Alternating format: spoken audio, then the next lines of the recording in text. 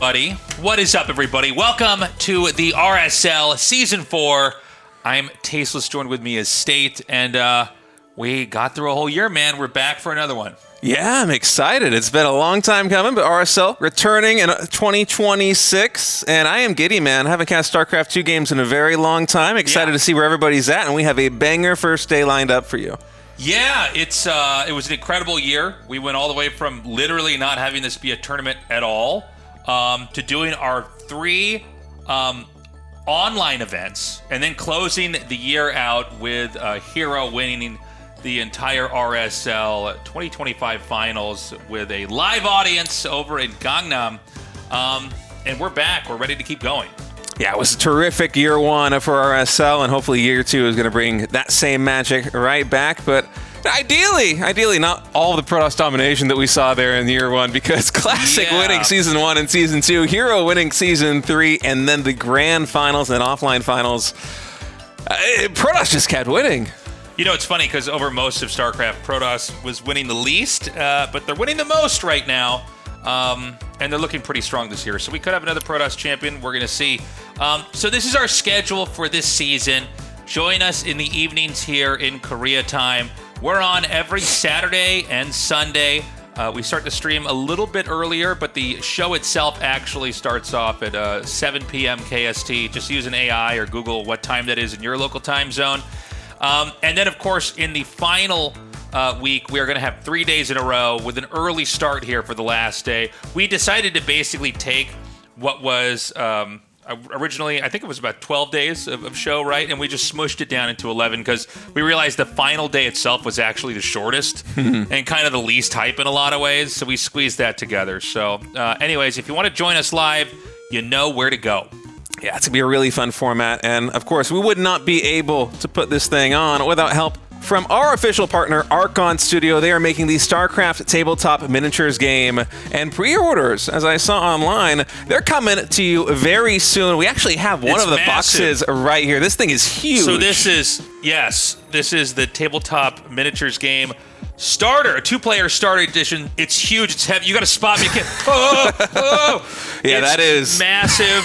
We got the Zero tool that was delivered to us right over here. We were going to put this in between us. This is so big, it just doesn't actually fit.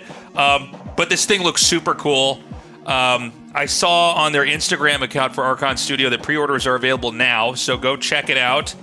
And I think these things are going to sell like crazy. To be honest. It looks pretty awesome, honestly. It makes me nostalgic for the days of, like, I'm dating myself, like, going to Walmart in 2010 and, like, finding the StarCraft 2 Wings of Liberty little box on this shelf and bringing it home, installing the game. These guys make the best tabletop miniatures games in the entire world. Like, they're number one. And they're doing StarCraft justice here. I don't know how well the back of the box shows up. No? Okay. So, anyways, we appreciate their support. Thank you to Archon for sticking with us. They were here since Season 1. We went through a whole year together with them, and now we're back here at Season 4. Yeah, and of course, we also want to give a big shout out to the supporters watching this at home. That is you guys there who support us on Patreon. We're building a big community there on Patreon, and without your support, this tournament simply would not exist. And just as Tasteless said, in 2025, we went from in the spring tournament not even being on the map to getting it announced. And by the end of the year, we had really an awesome offline finals with a live studio audience, with the players there. It was such a blast. And so, sincerely, thank you for supporting the RSL. We hope we can keep delivering this level of content. Yeah, we've got a merch shop here as well. We've got RSL related stuff. We've got other cool stuff on the website. You can see the ugly Tasteless drawing there. Sure, that shirt actually sells quite well. Whatever kind of style you've got, we've got something for you. Patreon supporters do get a discount, so check that out at TastelessThreads.com. And of course, we are trying to build up the RSL YouTube, and especially towards the end of last year, you guys watching at home made a great push with us to get that subscriber count up. We're trying to really work this thing into the algorithm so that, you know, as more people find the videos, they realize this tournament's even happening, because even towards the ends of last year, when we were doing the offline finals, I would see people in Twitch chats discovering what the RSL is right then and there, because unless you're really plugged into StarCraft 2 esports, if you're a more casual fan just watching, YouTube videos occasionally at home, it's hard to find things like this unless the algorithm actually serves it up to you. So thanks to everybody who has already subscribed, helping us build up that YouTube channel. If you haven't yet, please go check it out. It does support us a bunch. So these are our group standings here. For the coloring here, obviously herO won the entire year last year. Reynor, Zoun, and Classic all went deep. Reynor several times over there. That's why he's colored in the red here. And it's going to be a great set of groups here. Group A is how we're going to start this off. 3 Protosses and a Zerg today. And is Group C, is that tomorrow? So we actually had to move the schedule around because one of the players had a family matter to attend to. So we'll be starting tomorrow with Group C, and then the next weekend we'll get through Group B and Group D.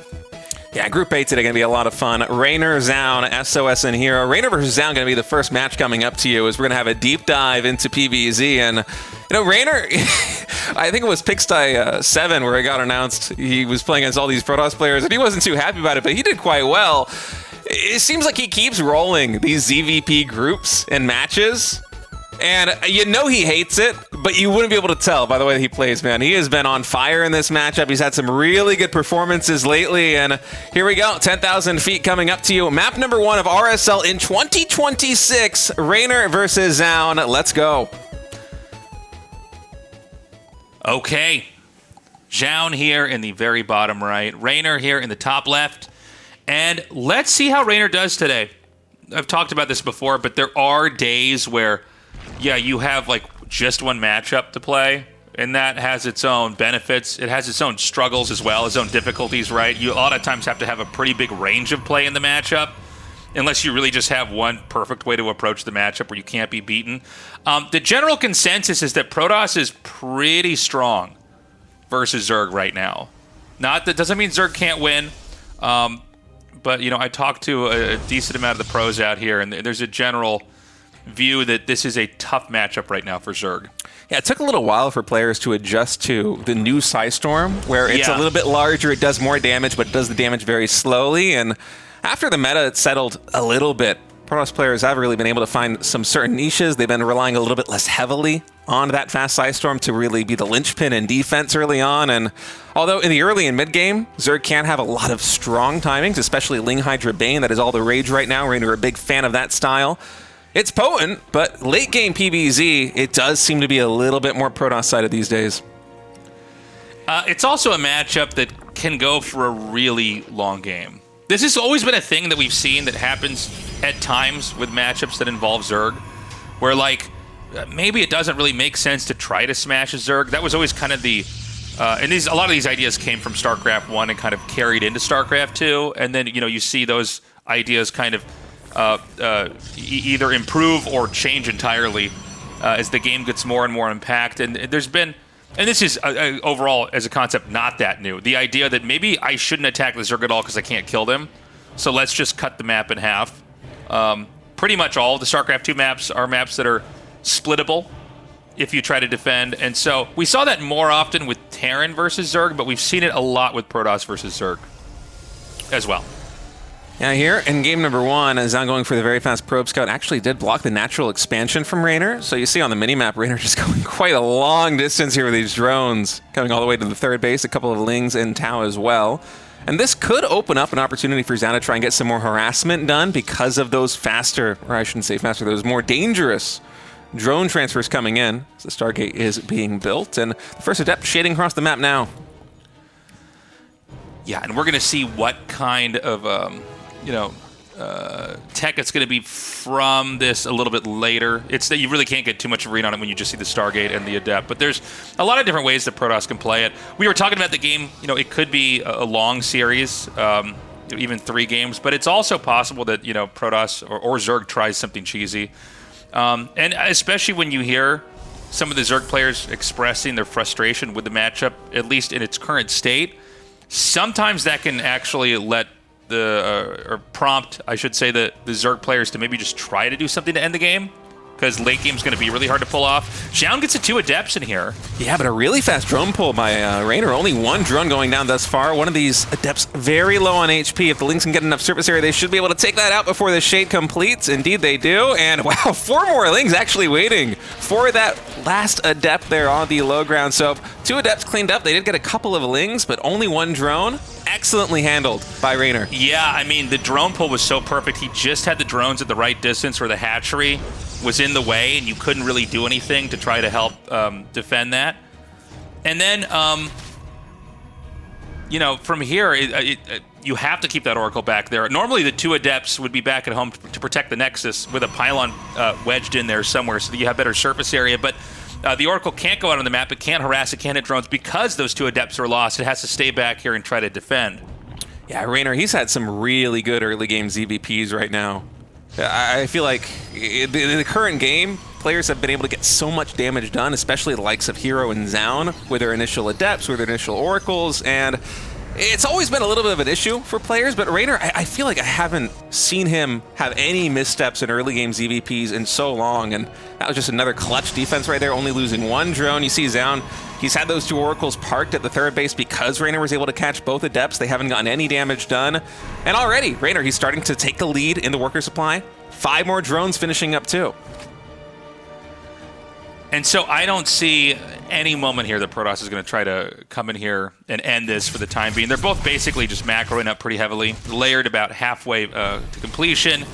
The expand from Zerg, the 4th base, is going to be... oh, hold on. Okay, he gets a deny on it. I was going to say it was going to be in that kind of forward location. I feel like that might be the most ambitious location to try to take in a game like this, just because it's going to be very attackable for the Protoss if they do try to set up for some kind of a 4th base attack. Lair finishing up now. Zoun is going for Blink and +1, and 2 more gases getting taken here by Reynor. So we're going to play a pretty high gas style, already going up to 5 gases in total. For a moment, I thought this might just be Hydraling Bane, but oof, will it still be? That is so much gas, Tasteless. Yeah, this is a ton of gas he's going for right now. The Lings are going to come up. There's really no way to attack this base from the Zerg from the Protoss' side of things. So he's going to have to stay back. There's 3 more gateways coming down. You know, with Blink coming here, he didn't get a ton of Oracles, I don't think. Did he only have 2? Is that correct? I think it was just the 2, yeah. Yeah, so he might try to just do this stalker pressure that we've seen a lot of. You know, when I saw Reynor take this base, I was wondering if something like this would happen. I mean, this is such a short distance to travel to and try to hit. He's going to use the stasis wards. Now, those don't... He's basically used up all the Oracle energy, so he can't do much more with that. He could try to maybe laser down a couple of the Lings and try to attack in here. But with Blink done, I mean, he can trade pretty comfortably, and I think Reynor's going to lose this 4th hatch. And, I mean, Hydras are going to come up here as well. Hold on a second. Actually, he might be able to save this just in the nick of time. Yeah, just enough Hydras finish it up to save that 4th hatchery, as Reynor is walking a very thin line, going from straight Lings into the Hydras right there. Only had about 2 dozen of them on the field. And look at this drop Overlords. That's where the extra gas is going, and he's getting Overlord speed. He's morphing in a lot of drop Overlords. This is looking like it's just going to be a real big timing, potentially in Zoun's main base, but honestly, even the 3rd base is a bit of a target here. So, Zoun takes his 4th base, and, you know, this is one of the things when you take a 3rd base like that that's out there, it's hard to even really get to that 4th base or even scout that, right? Especially when the pressure's on like this. Now, Reynor probably assumes there's a 4th base being made, but not having to confirm there is going to be a little bit annoying, right? Because you could think this might be a wind-up for another big 3-base attack, because that hatchery's so low, right? That thing was at, like, 10% health earlier. It's healed a little bit. And Reynor's going to try to swing the game in the opposite direction, and this might actually work because Zoun is actually expanding. Yeah, it's a very committed attack. Only 63 drones at home here for Reynor, so he's hinging a lot on getting this push all the way through here at the 3rd base. There are cannons and Storm ready. Oh, wait. No, Storm's not ready. Just got started? Yeah. Oh, no, it was contaminated. Okay. He's delayed that. So he's going to come in and try to hit now. Now there's a big drop coming into the main. Huge stasis. That's so many Lings get caught up in that stasis. Storm is now done. There are a couple Stalkers here in the main base to deal with the dropping Overlords, but with all these Lings out of the equation, the static defense plus the Storm is just getting so much done on the front lines. And the drop in the main base with a couple of Queens and Tau is going to be getting some damage done, but it feels like Zoun kind of preempted this as well. There's a Photon Cannon in the main. Will it be enough? Finally, the Lings now out of stasis, able to get the surround on these Stalkers. The static defense has fallen, and it seems like despite the initial fight going so well for Zoun with the stasis trap, with the storms. Reynor has just enough to break through. He's going to take out 24 probes, but does not take out the expansion in total.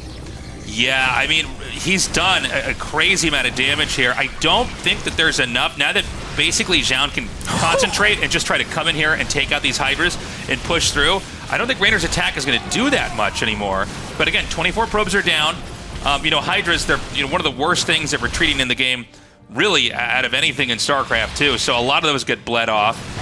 Reynor's going to try to come in here and do a little bit more damage. There are some reinforcements coming. There's a bit of a tug of war here. And I don't... Well, hold on a second. Is he just going to barely have enough? If he takes out this base, he could then go take out the fourth base here as well. So it's all going to come down to whether or not Zoun can hold here. Yeah, but with no Evo chamber upgrades here for Reynor, his army just doesn't have that much fight in it. These Zealots are two-shotting the Lings right now, and Reynor, he's finally pulling the plug on this push. He's going up into drones again, starting the Lurker Den as well. As Zoun going for that fourth base, although it was a little bit of a, you might say, risky move, having an opponent attack into you and take that fourth base. It really paid off because he was able to fully saturate that. He was able to get enough mineral income to warp in the units needed to defend.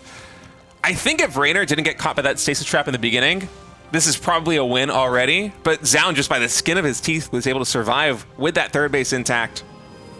Yeah, and whenever you don't have the upgrades, no Evo chambers, I mean, you sacrifice that to have just a few more units, right?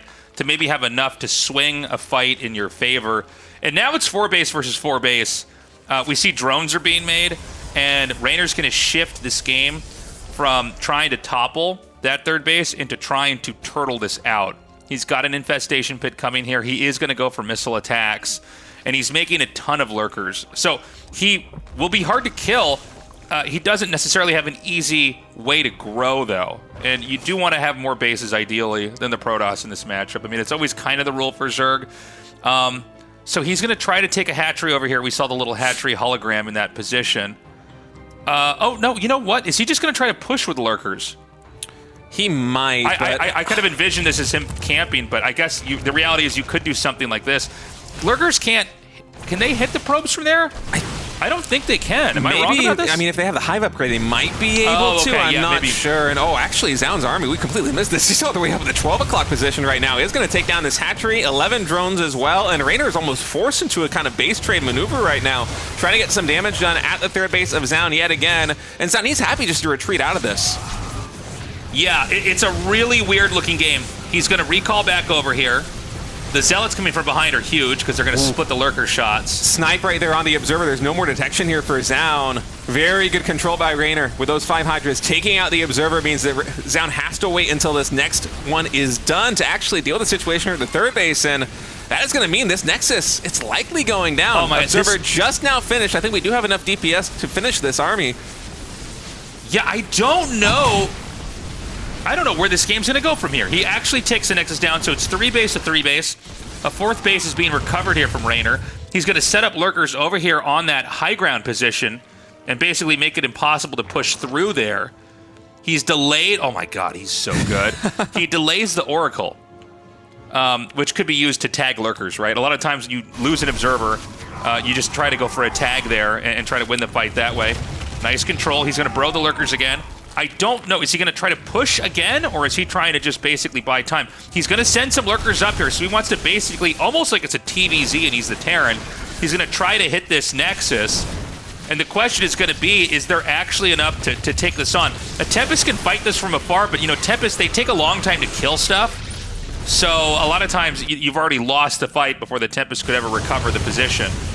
And Zoun is just going to forfeit the third base here, instead re-expand all the way down to the bottom left as the first Tempest are entering the field. Ooh, Storm's coming down right now. We do have detection, so that is going to be those 3 lurkers going down on the front lines. Another Storm, very good, going to connect with more lurkers on the back line as the Zealot Rembi getting some economic damage done at Reynor's third base. Only 3 lurkers remaining here on the front, and Reynor just keeps taking chip damage from these Tempests. I feel like he has to pull out of this position, but instead, no, he's going to dive into the natural expansion. Going for the tech right now. He takes out the Templar Archives. Can he get much more done, though? That army by Zoun on the left side looks really good, Tasteless. I mean, this is such a sick game to start this season of RSL off. Reynor's playing such a scrappy game. He's managed to take out a lot of key tech. He took out the Templar Archives there. you know, again, it's so hard to ever escape with the Hydras if you start to lose the fight. So you're kind of you're in. You're kind of all in at that point, at least with the fight itself. Reynor has taken another 4th base. Actually, I'm sorry, he hasn't taken another one. There is a 4th base. It's, I think, basically has no drones in it. Okay, 1 or 2. Oh, never mind. He's transferring stuff over there now. But you get the idea. Basically, both these guys have been in a total slugfest here. Bases have been wiped out over and over. Workers have been killed off en masse. And I gotta say, Reynor's putting up a very impressive fight. So many points in this game, it looks like Zoun was about to win it. He was about to get to that tipping point, and Reynor managed to stay in this. Yeah, now the game's going to quiet down a little bit. Zoun continuing to build up the Tempest count. Mothership about halfway done. +3 ground weapons also getting started here as the Protoss is rebuilding their tech, revitalizing their tech tree. And on Reynor's side of things, although he was able to get a lot of economic damage done and reset the tech for Protoss for a little while, I'm worried about the composition of his army because soon we're going to have 4+ Tempest out. The Mothership will be done. +3 ground weapons will be finished in a couple of minutes. And I feel like as Reynor, you can't really beat the army that Zoun is building unless you also have Corruptors. And with just Hydralisks here on the low ground, I'm not sure he's actually going to be able to push into this position. I mean, Zoun's army is looking so formidable right now, but if Reynor can make moves like this and just keep playing whack-a-mole with these expansions from Zoun, eventually he will outscale the Protoss. Yeah, Reynor's been very good at moving around the map, hitting these different spots, and then running right back out. And, you know, from here, it's Zoun with one of these late-game, death ball-y, you know, Mothership armies. There's Tempest here as well. And that's really hard to fight, but it's also really slow. So Reynor's got a lot more you know, maneuverability here on the map. The probe and worker counts, probe and drone counts, very similar right now. We are seeing some infestors be made. We do have a Spire coming.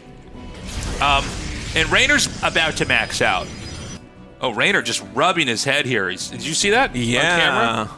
I don't know if he made some big mistake or if it was just the state of the game catching up to him. Honestly, I kind of like his position now that he was able to snipe that base to the bottom left. Yeah, no, I think he's actually okay. So I don't know if he misclicked something or forgot some upgrade that we haven't seen or what. But interesting to see him in that moment. You know, he's usually pretty, I guess you could say, stoic looking when he plays in a lot of these games. So Reynor's going to keep growing. He's taking the top right. He's got 2 squads of units. He's got the one we see on camera over here, and then he's got these guys on the far left. And I think the idea is whichever way the Protoss exits their base, the other army runs in for a counterattack. Yeah, or at the very least, when you see an expansion like this one go down, you try to snipe it. And so, Reynor, he's going to be moving on the left side, going to apply some pressure to the expansion over there by 7 o'clock, while simultaneously trying to prevent the new Nexus from getting up, because in theory, if Reynor is able to just contain Zoun on these 4 bases, he will have enough in the bank that he can afford to trade poorly, but that's not trading poorly right there. Some really good connections with the Lurkers, able to snipe 2 of the High Templar. Tempest now coming in. This will not be the cue for Reynor to attack another position. Instead, he just gets the cancel on the Nexus. Zoun remaining at 3 bases and even saving this hatchery up here in the top right. I can't believe that he actually saved that. Zoun really needed a win like that back there. So Zoun's going to start to push.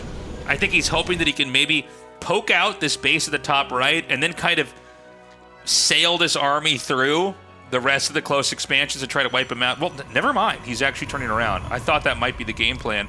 Instead, he wanted to kind of push out and clear this area out and then try to expand here. And, you know, this game has been so back and forth, but it does start to feel like it's kind of leading into that inevitable base split. Oh, they can. Look at that with Lurker range. Yeah. Indeed, you can start sieging down those mineral lines. And honestly, I'm right there with you. I feel like if Zoun is going to get aggressive, that's probably going to benefit him a little bit more than Reynor. I think with the current army compositions in a straight-up fight, Zoun's going to be taking the win basically every single engagement. Reynor wants to have a scrappy game where he's sniping bases, going for run-bys, making things chaotic because Zoun's army is so deathball-y, but that equation might change a little bit now with Ultras entering the field and more Infestors coming in, because the first wave, Reynor with a strong ground army with these Ultras, he might just be able to clean up the entire ground and then use his bank to clean up the air. I think that's the plan right now, but there might not be enough gas in the bank just yet to really remax on Corruptors per se. The 3 Zealots are going to take out the hatchery. Big win here for Zoun. And you know, what do we have left on the map here? We have basically 4 bases, if you count that one that was just wiped out, as far as like available locations to try to grow into on the map here. It does seem like it's going to be pretty tough for Protoss to take both the bottom left and the center right. And it does feel like the center left is really hard for Protoss or Zerg to really control. So just some stuff to keep in mind here. Yeah, Zhaon's army is very immobile, but luckily for him, he has the range with Tempest, and the 5 base that he set up, I mean, this is just such a buttoned-up position where the Tempest can park here at the 3rd base with great vision, with great range. They can cover that whole junction of the map, and then the main force is parked over here at the fresh expansion. It really makes things complicated for Reynor to try and go for any kind of flank attack where he goes for, say, the base in the bottom left and then tries to also hit in the top right, or the bottom right, I should say. And so Reynor, he's still going to try this. He is continuing to split up his army. He might have enough on the left side that he can just sustain the damage coming in from the Tempest and still take out this Nexus. We'll see. He's charging in now. Will he fully commit to this one? Okay, he's going to go ahead and hit this 6 o'clock base here. Now there's Tempest. I think we're going to have a recall here. There's just not enough stuff to actually fight off everything that Zerg has. Oh, but Zoun is able to catch the entire right side army there from Reynor. A very cost-efficient trade. The Nexus still not going down just yet. Will we have a recall onto this Nexus? It is full of energy. No, it seems like Zoun, he's happy just to defend with a Tempest. He's going to go for the attack. This base is empty. There's like hardly any minerals here. I just realized this. We just saw it for a second. It's like there's almost nothing there, so there's no reason to try to run back and defend that. And now that Reynor's given up a lot of his army, we're going to see this basically a wrecking ball from Zoun, just going to wipe that base out immediately. I wouldn't be surprised if he goes into the left here. He could trickle a couple of Zealots like he's been doing the whole game into the upper right, but I think you just come through and try to flatten this entire position. Yeah, this army is just so formidable when it's fighting in a choked up position like that one. And so Zoun is going to take his time, just section off a couple of Zealots, go for that top right hatchery, make sure that is eliminated, and for now, it's just kind of a waiting game. He can poke and prod with a Tempest at range and just try and get some damage done over here, but this isn't even his full force. He has, what, 5 or 6 more Tempest in the center of the map right now, just roaming. Yeah, and Zoun backs up. I think Reynor, now the game's not going to end, but I do feel like he's starting to really dry up as far as options go. You know, it just feels like he's not... There's not a ton he can really do with this. He's re-expanding to like what is, you know, almost a completely dried up base. And what Zoun has here is just a really sophisticated late game army. Very hard to actually dismantle here with Zerg. So many Lings getting taken out.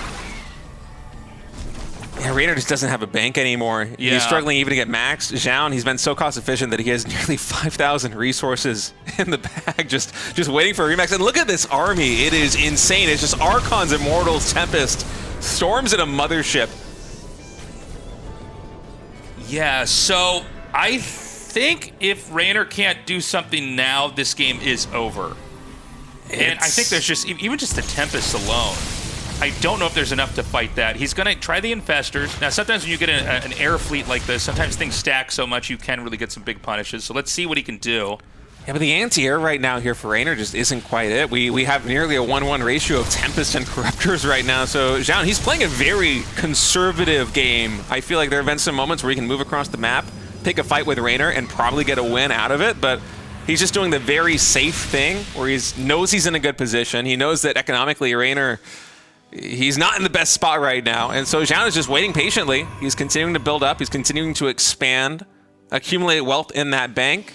It is funny when you get a game like this, how things kind of slow down. Like, there's not a ton of places for Zoun to go, so he just has to basically be careful. There is a world where, like, let's say Zoun leaves that new base he's taking alone, a counterattack punishes it, then it's going to be a much more difficult game to play for him. But, you know, as I say that, he's going to move up and just hit this base here now. By the way, that counterattack is coming. You can see it through the middle of the map.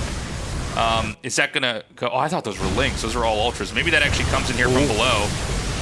All right, Corruptors now coming in. They will be able to focus fire down the Mothership. It does fall 3. Archons also did get Neural Parasite right there. And, wow, we even have Ultras coming in right now on the flank. Reynor, are you going to be able to clean up the ground army with good Infestor usage like this? The Ultras have cleaned up absolutely everything.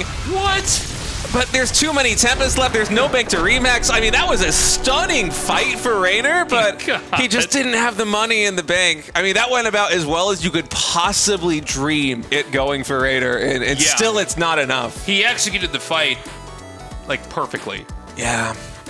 That was insane. It's painful that it results in a loss, but I mean, he kind of limped into the mid-game on that map, he right? had a really cool early game. I really like the ideas, like what he was bringing by trying to hit at all these different locations and basically destabilize the Protoss. And he almost snowballed it. He almost took out that base. The third base, it's kind of sticking out in the front. But Zoun just basically played the long game. And even with Reynor having like a near perfect attack, there just wasn't anything to deal with the Tempest. It didn't really matter how well executed it was because Zoun had invested in enough in the end game that even with a great fight like that, Reynor couldn't win. I think on the board he didn't have the units to take out the Tempest when all is said and done. There's literally no bank. I mean, it's one of the most anticlimactic ways to end a game where you just have this big fight, but there's a couple of units you just can't kill, and you're like, all right, well, I guess it's checkmate. So much of PvZ is you're watching like the positions that the Archons are in, and like which neural parasites connect and for how long, or like does a storm hit in the right area. But yeah, if you just don't have the right income to make things to fight air units, that's also how you lose. Yeah, although, again, we have to think about Reynor going into the mid and the late game there on the back of a failed all-in. And the fact that he was able to make it that close in the very end, I think bodes pretty well for him in these upcoming games. As long as he's able to get into the mid-game at a position that's at least even, I think it's looking good. So we're going to go to Old Republic here. And see what kind of game these two are going to bring to us here. Zoun had a couple of... he did a little bit of pressure play earlier, but most of that game was Zoun in a defensive position and Reynor trying to hit at every possible angle and maybe split open the Protoss' position. Funnily enough, it did kind of end up in one of those long, drawn-out PvZs that we were talking about. It looked like for a while it was going to end one way or the other early on, but it did eventually become one of those games where almost everything was mined out. Anyways, we're in game number 2 now. Right now, it is Zoun with a 1-0 lead, and he is in the top right, Reynor here in the bottom left. Yeah, we'll see if Zoun goes for the hatch block again here with the early probe. It seems like instead, probably going to be going for a gateway scout, and I'm kind of surprised by how passive and conservative Zoun was there in that game number 1. I'm trying to think back to the matches that I saw him play versus Reynor. I think at the 3rd place match of the RSL offline finals last year. And it was very timing attack focused. We had a lot of 4 Colossus timings, which I remember we're sitting in the back with Artosis watching this, and Artosis asks herO, who's waiting for the grand finals, what do you think about these Colossus timings? Do you think they're going to be good? And herO says, oh, no, Colossus is terrible, don't make it. And then he falls asleep and takes a nap before the finals. And Zoun proceeded to win 3 games in a row versus Reynor with Colossus timings. But in that game number 1, it was kind of the complete opposite setup. It was Zoun going straight into Sky Toss. I mean, he did it on the back of defending against what was a very committed attack by Reynor, but it didn't seem like there was ever any inkling of Zoun looking for some kind of timing attack. It was him just happy to sit on his side of the map to try and concoct the perfect army in a very classic-esque PvZ style and just wait until he had the perfect pieces, until he had a fleet of Tempest, a mothership, enough Immortals to hopefully deal with the Ultras, enough Storms. And to build up an army like that one, it takes a 4 or 5 base economy. It takes a lot of time. And Zoun, even though he had some angles, I think, to actually go for really big aggressive plays in that game number 1, where there's moments of weakness on Reynor's side, he didn't take it.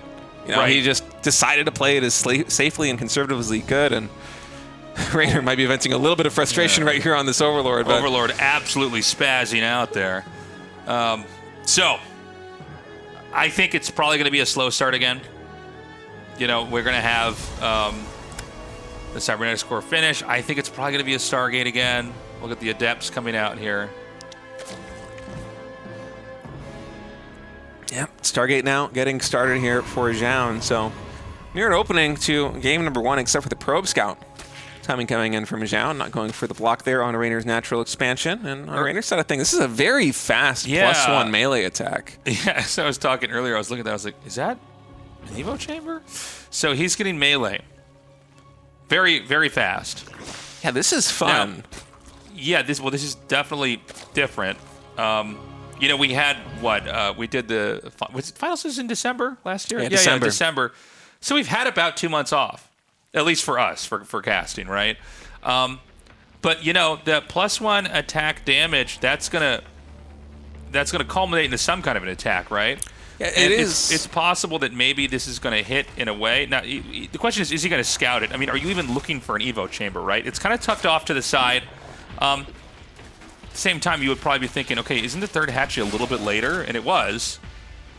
And it's a Void Ray first coming in here for Zoun, so his scouting option is going to be quite limited. Oh, Adepts do not complete the Shade. Evolution Chamber not spotted there by Zoun, so he's completely in the dark. +1 melee attack already halfway done. You got to imagine that there's a bunch of weird builds that Reynor's going to do today.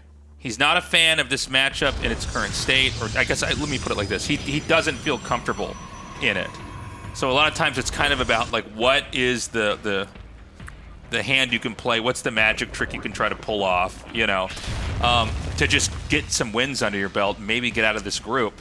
So the Ling speed and the melee attack are going to finish at the same time.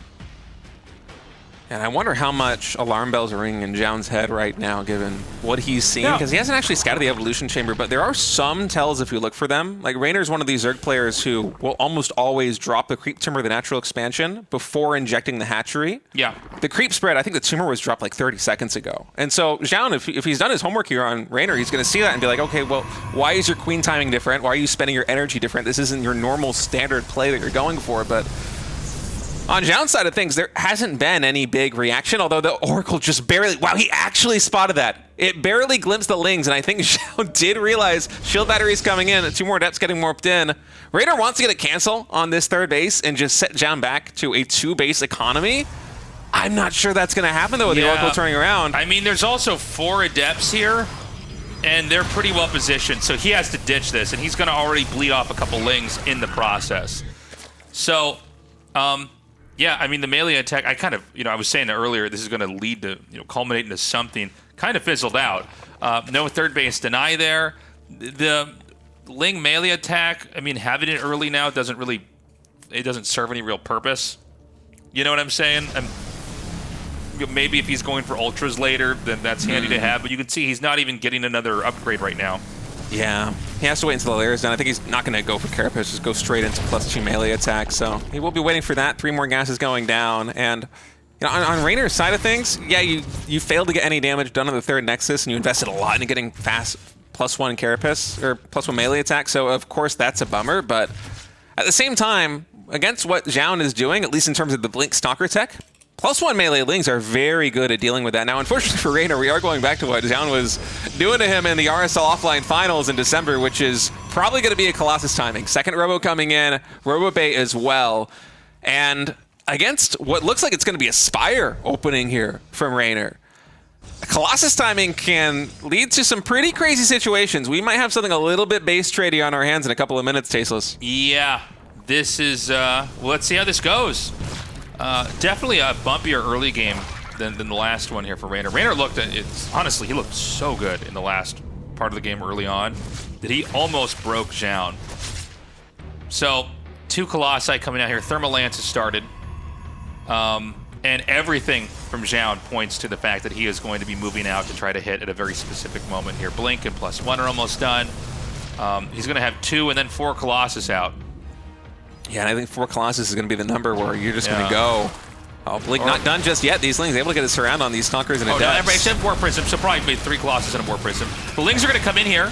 The surface area is actually pretty good, and it's going to take out a lot of these Stalkers. Man, that +1 doing work now. Yeah, you can see what a difference it makes in these little tiny engagements. Even Probe is falling right here. And for Zoun, who's just trying to build up into an army that he can use to push across the map and basically shove into Reynor's 4th base. Oh, this is a great trade here for Reynor. So it's going to be Lings and Mutas. Very cool. Oh, and Zoun, he must have spotted this. He's starting a second Stargate and Phoenixes right now. Keep in mind that he lost a lot of Stalkers. Oh, the Observer. And you can totally smash Colossus if they, and ignore Stalkers if they're low in number. Like, even if the Stalkers might be able to fight the Mutas long term, if you just come in there and, like, snipe 2 Colossi down, and then the Lings come back in, maybe this is how he winds up for a pretty crazy attack. Now, he's shown the mutas. Yeah, Stalkers, only 2 of them here. Going to try and get some damage done on those mutas before blinking back. And you know, one Phoenix doesn't do enough damage to really pose a threat here against these Mutalisks. Second Stargate going to be online in just a moment right now. And the Ling's able to get into the natural expansion. Will Reynor commit? So this is what I was talking about. He can kind of ignore the Stalkers and just deal damage to the Colossi. The Lings are going to be in the main. Did Zoun just die here? This is a lot of damage. Some Zealots are going to warp in. He's going to clean those Lings up. Yeah, with the Photon Cannon and +1 ground weapons, allowing the Zealots to shot the Lings. Still a very good trade right there for Zoun. Honestly, better handle than I thought it was going to be. With those Lings coming into the natural expansion and the Mutas picking off a Colossus, I thought that Zoun's moments in this game, 2 Colossus in fact, might be numbered, but he has been able to respond really well to this right now. He's getting up to 4-5 Phoenix in just a moment. And Reynor just keeps pumping the gas right now on the mutas. Yeah, so the mutas, right now they're keeping Zoun very pinned inside the base. And honestly, I like the position here. Air attack is going to finish. You know, you can get Phoenixes, but you need to have enough Phoenixes to where they can actually win the fight, because otherwise they're kind of just like annoying, and you can kind of ignore them and just keep doing damage. The supply is continuing to spike up here. Reynor making more Lings, more mutas. But remember that these are armies, you know, that you can't just make for the whole game. So you're really trying to make something happen at this phase of the game, right about at 9.5 minutes. And also, Zoun does have 6 Phoenix on the field right now against 25 mutas with +1 air attack. Unless those Phoenix have range, they're not going to do very much versus what Reynor's got right now. Ling's also flooding in, going to be able to take down the first wave of Zealots. More are being warped in right now. The mutas just completely ignoring them, going straight on top of these Stalkers. And is this enough to barrel through the third base here of Zoun? Phoenix, well controlled, getting a lot of damage done. The ground army for Zoun actually in the choke point versus those Lings. Standing strong, only 4 probes have fallen, and the Phoenix count is now high enough that Reynor does have to retreat out. I thought he might just have enough to break that third, but no. Yeah. And look at the unit count. It's 1 Zealot and 7 Phoenix. You know, it's funny because like the Lings did so much damage, but there weren't any Lings left, right? Yeah. And Phoenixes do beat mutas, so then he had to back up. So he's going to make more Zerglings on the ground, but I think this is getting simpler and simpler for Zoun to fight. Again, Reynor has an absurd amount of supply, so it will come down to whether or not he can take this fight. But Archons here, compared with a couple of Zealots, Phoenixes, remember, there's not a lot of locations to defend. You basically have your third base and then the entrance to the natural. So it's like, you can kind of just zone this. You know, you can kind of just try to get in the way and block it. The Corruptors are going to come in, but again, they have to avoid the Archons. The Archons basically have to be respected the most out of everything when the fight happens, because the Archons melt the, Corruptors, the mutas, and the Lings. Oh, Muta's getting on top of the Archon. Some big splash damage hits getting on them right now. The Corruptor's trying to prove it to be a shield versus the Phoenix, but in the end, everything got cleaned up there from Reynor. He lost half his mutas. He tried to basically swing the fight by, overpowering the Archons, but they just got enough hits off. They kind of melted everything.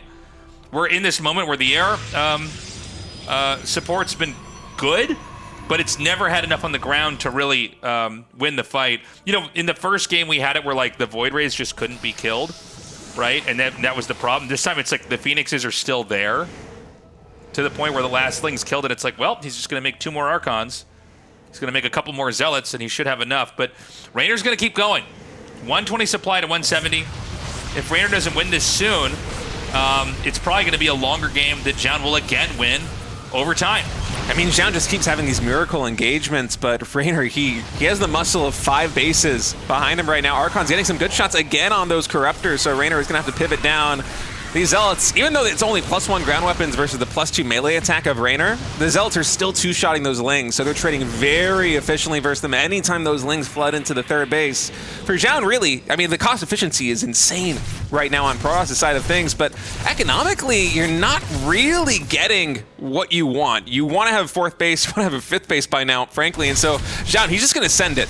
Zealots and Archons, flooding across the map right now, going for this 4th base. He's going to force Reynor into a fight, and this is the best shot that Zoun has to win this game. Yeah, he's going to come down now.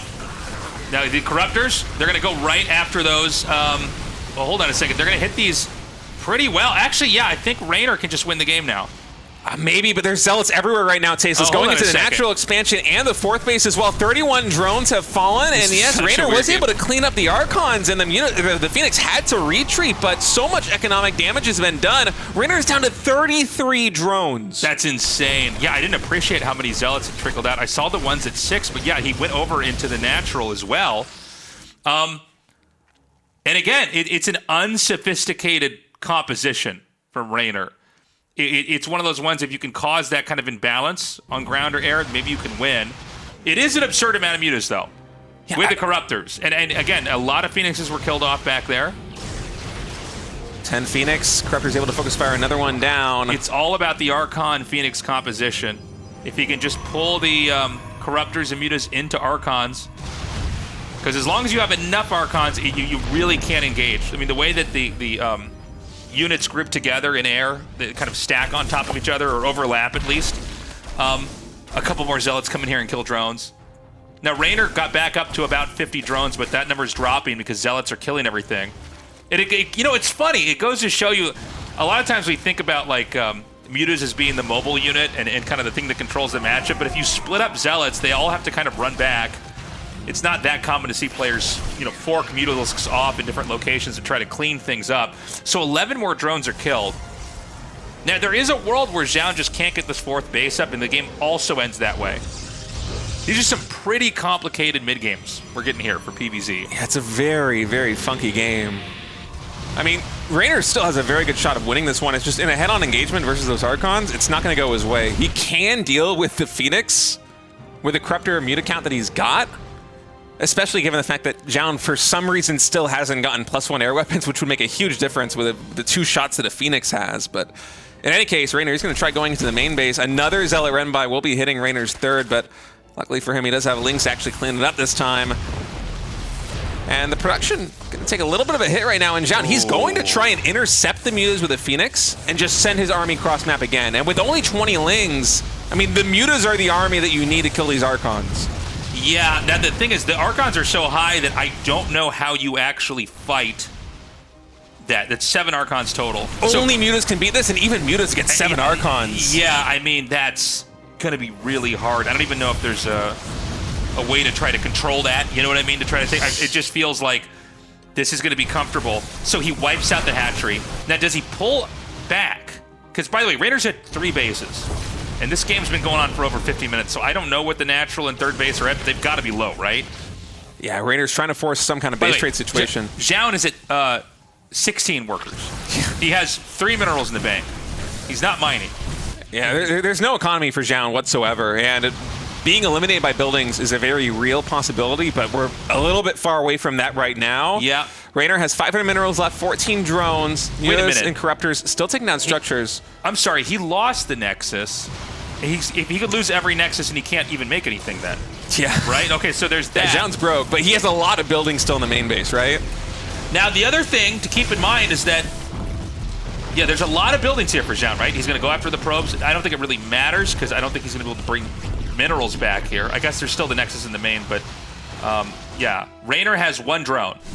Yeah. Okay, so I think that there's not a universe where Reynor can hide another extractor and try to win the game that way.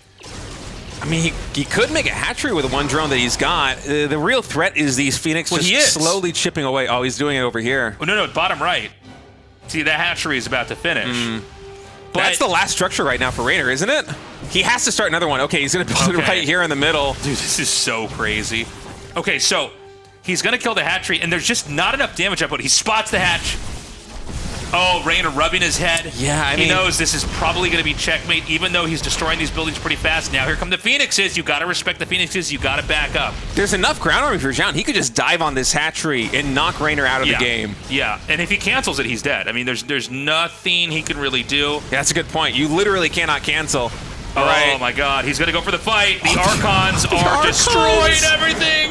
Oh my God, man. The Archon's getting so much damage done. Wow. What a game. I am honestly kind of shocked. I love that game.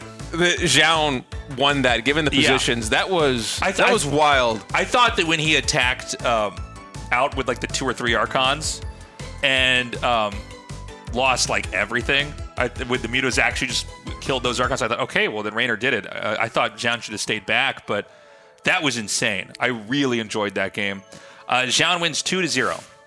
That's one of the craziest PvZs I think that I've seen in a very long time. And I know that gets oversaid, but that was honestly a wild game. I haven't cast a game like that. I mean, we had the very fast +1 melee attack go into what was a failed timing on the third. Okay, that's kind of normal. But then the way that the game developed from there with the Phoenix versus Muta play, I mean, some of those engagements with the Archons just created so much value for Zoun, where we had this massive income disparity. Zoun is on 3 bases to the 5 bases of Reynor. Reynor was up like 50, 60 supply at some points, but after those fights, I mean, it was just crazy. Zoun just kept winning with barely enough alive to survive in the game and eventually wins the game. Guys, consider signing up for our Patreon. We had about 2 months off to get ready here for the new year of the RSL. We would love for you to join us. We've got different tiers depending on what you are able to give. And yeah, the more you give, the more you'll get to interact with the show or get back from the show, however you want to think about it. It's patreon.com/ReviveSC2. We are committed to continuing to bring you guys high-quality, well-produced, competitive StarCraft 2 tournaments on into the future. We're going to take a short break. When we come back, we're going to go on to our next match here in Day 1 of Season 4 of the RSL. Welcome back, everybody, to Season 4 of the RSL in the big 2026. I am here with Gemini. We're getting ready to go into the second match of Group A. It's going to be a PvP SOS versus herO. How you feeling, Gemini? I'm feeling good, man. RSL is back. We are so ready to kick off this 2026 year with some more RSL, and what better way to start than a bunch of PvPs, right where we left off. Yeah, exactly. Oh, man. It's going to be a very fun group today. Is Zoun versus Reynor. Did not go the way I expected. Honestly, I had Reynor really favored in that series, despite how good Zoun has been. I feel like Reynor's been even better, but a little bit of an upset and some really spicy games too. And now SOS versus herO for match number 2. Winner will be facing Zoun in that winner's match. Loser will fall and face Reynor in the elimination match of this group. And it's just going to be a fun tournament. I'm looking at Group B, Max Pax and herO. Group C, we have Classic, who won Season 1, Season 2 of the RSL. Group D, Beyond Shin, Christiana, and Maru. Maru's back. Yeah, man. Oh, it's an exciting time. I mean, it's great to have Clem back as well, not playing for a couple seasons, and now he's back in as well. We got herO coming in as the first time that he's been playing in the RSL. Christiana, also a newcomer. So lots of new faces, lots of new matchups to be had later on in the next couple of days. But for now, we're sticking with herO SOS coming in. And we've also got, interestingly enough, well, actually we've got 2 new maps coming in for our match here, and one of them confirmed for set number 2, of course. So a couple new maps coming in from the Patreon voters as well. So we get to see some spicy new maps here on this potentially spicy PvP. Yeah, I'm excited for Throne of the Dunes. I remember playing that during, I think it was the TLMC times, and that was one of my favorite maps. I think I actually I agree. I was also thought it was pretty give me some more Throne of the Dunes, man. That was a really fun game. Yeah, I know. I think it would be quite fun to be able to see that. Actually, we're doing a quick little remake of the game, so just wait just a moment sooner, guys. Don't worry, a moment later. We'll get there. But we also got Missing You Today coming in on for the set number 3 as well, potentially. So a bit of an interesting, unique map there as well. All of these ones were sourced from the latest TLMC, so we picked a few that we thought were pretty cool from that last TLMC and had it open. I can't talk anymore. Had it open to the Patreon voters to be able to vote some new maps in, like we've been doing last year as well. And I think they picked a couple of pretty good ones. Yeah, I'm excited, man. The Patreon voted maps have been so good in RSL Season 1 through 3. It was a lot of fun. We had some really exciting ones. Like Kill Switch was one of my favorites there from year number 1. And yeah, it's exciting when you get to cast games and see pro players play on maps where you aren't really familiar with the way that things work, and people oftentimes find these little kind of quirky tactics or tricks they can do that's very map specific for these TLMC contest winners that didn't actually make it all the way into the ladder, into the main tournament pool. And it doesn't mean they're bad maps. It just means they're a little bit more maybe off the beaten path. And in a tournament like RSL, it's a lot of fun to have these mixed in. Yeah. So honestly, having some of these already getting rotated in on the first day of the tournament is usually good too, because sometimes when they get the new maps rotated in, it kind of takes a while for the pros to want to play them because they're new and maybe different, but we got them right away. But first off, we're going to be starting with 10,000 feet, a map that you're going to be pretty aware of, and it is going to be SOS versus herO coming on in, with herO spawning on the bottom right-hand side, playing for T1, and for Streamer Zoun, SOS on the top left. SOS in the red, herO in the blue. And when I think of two players who are prone to playing very short PvP games, these are the two players that I think of, SOS and herO. And if you want a game lasting less than 5 minutes, this is right up your alley. Yeah, I'm wondering how many expansions we're going to see in this best of 3 Gemini, because total very easily could be 0 expansions. Yeah. I honestly wouldn't even mind that. I'm kind of digging a 0 expand best of 3 for a PvP. As much as people like to meme on the matchup and whatnot, I enjoy when it gets pretty crazy, when it gets absolutely ridiculous. You got proxies going right next to each other, which we've have seen a lot of times. So I would like to see that personally, but we'll see what these guys are up for, as they are kind of chatting up a storm so far at the beginning of this game. SOS actually going for a 1-gas opener here.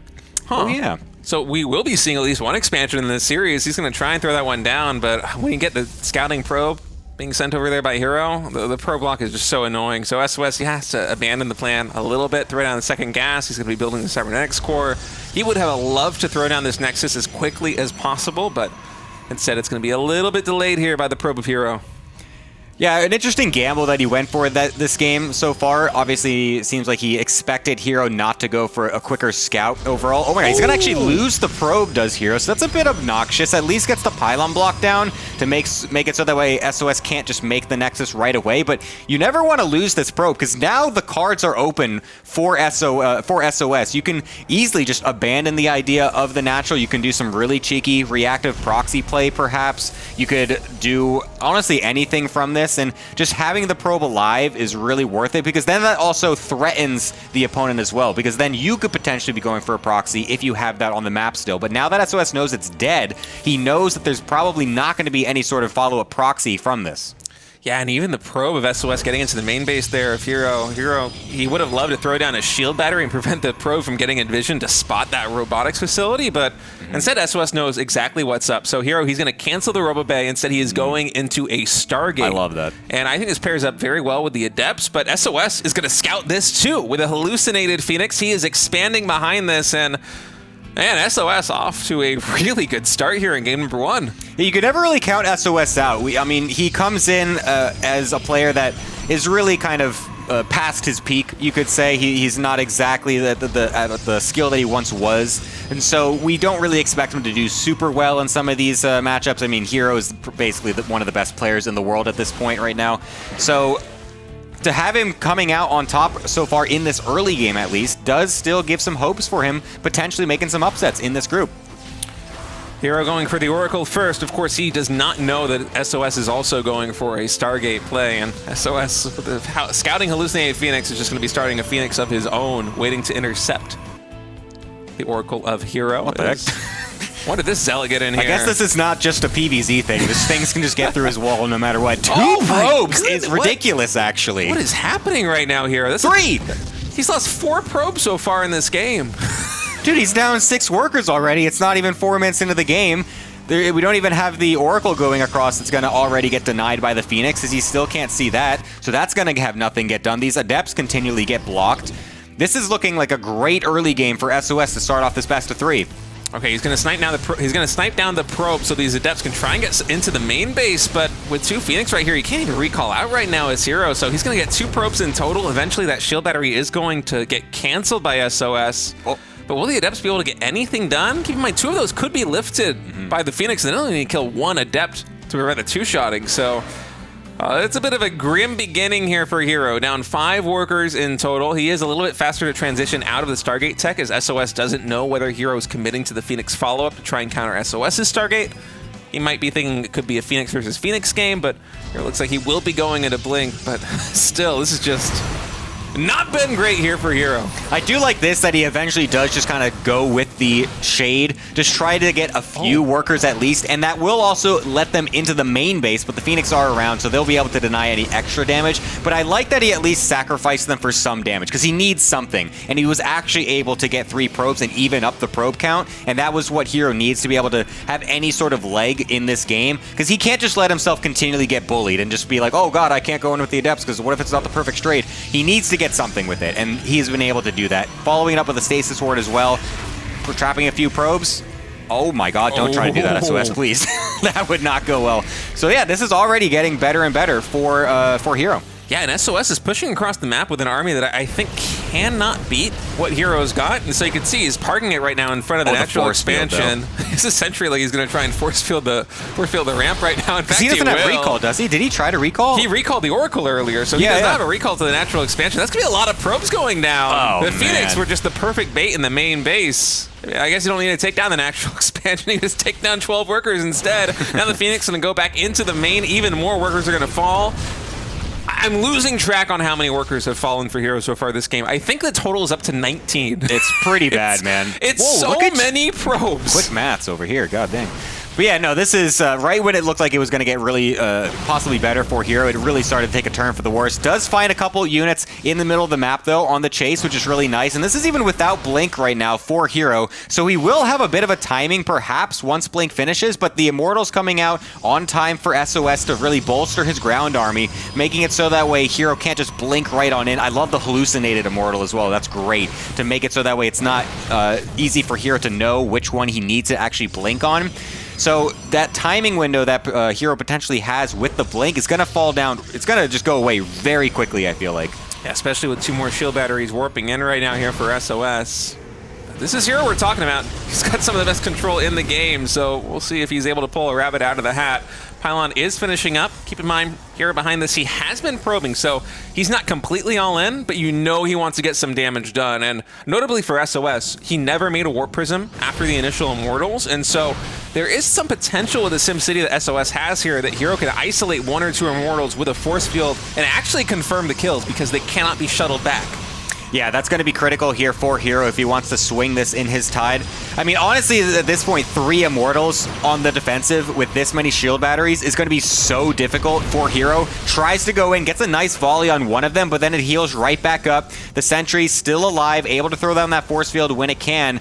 And obviously, you see herO trying to macro up behind this because he realizes he can't really just go ahead and kill SOS at this point, even bleeding off some Stalkers as he tries to YOLO in to get those massive volleys.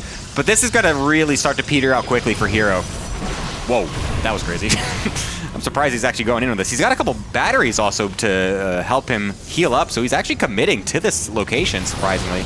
All right, Force Field's coming down, able to isolate one of those Immortals. It will fall. Another Force Field is going to keep that Immortal there in the front line, so already the Immortal count has been more than halved. Stasis Trap is going to fall here for SOS. We will have a Blink away come in from herO, so Stasis Trap still in the cards right now for SOS, but this is how you win the game here as herO.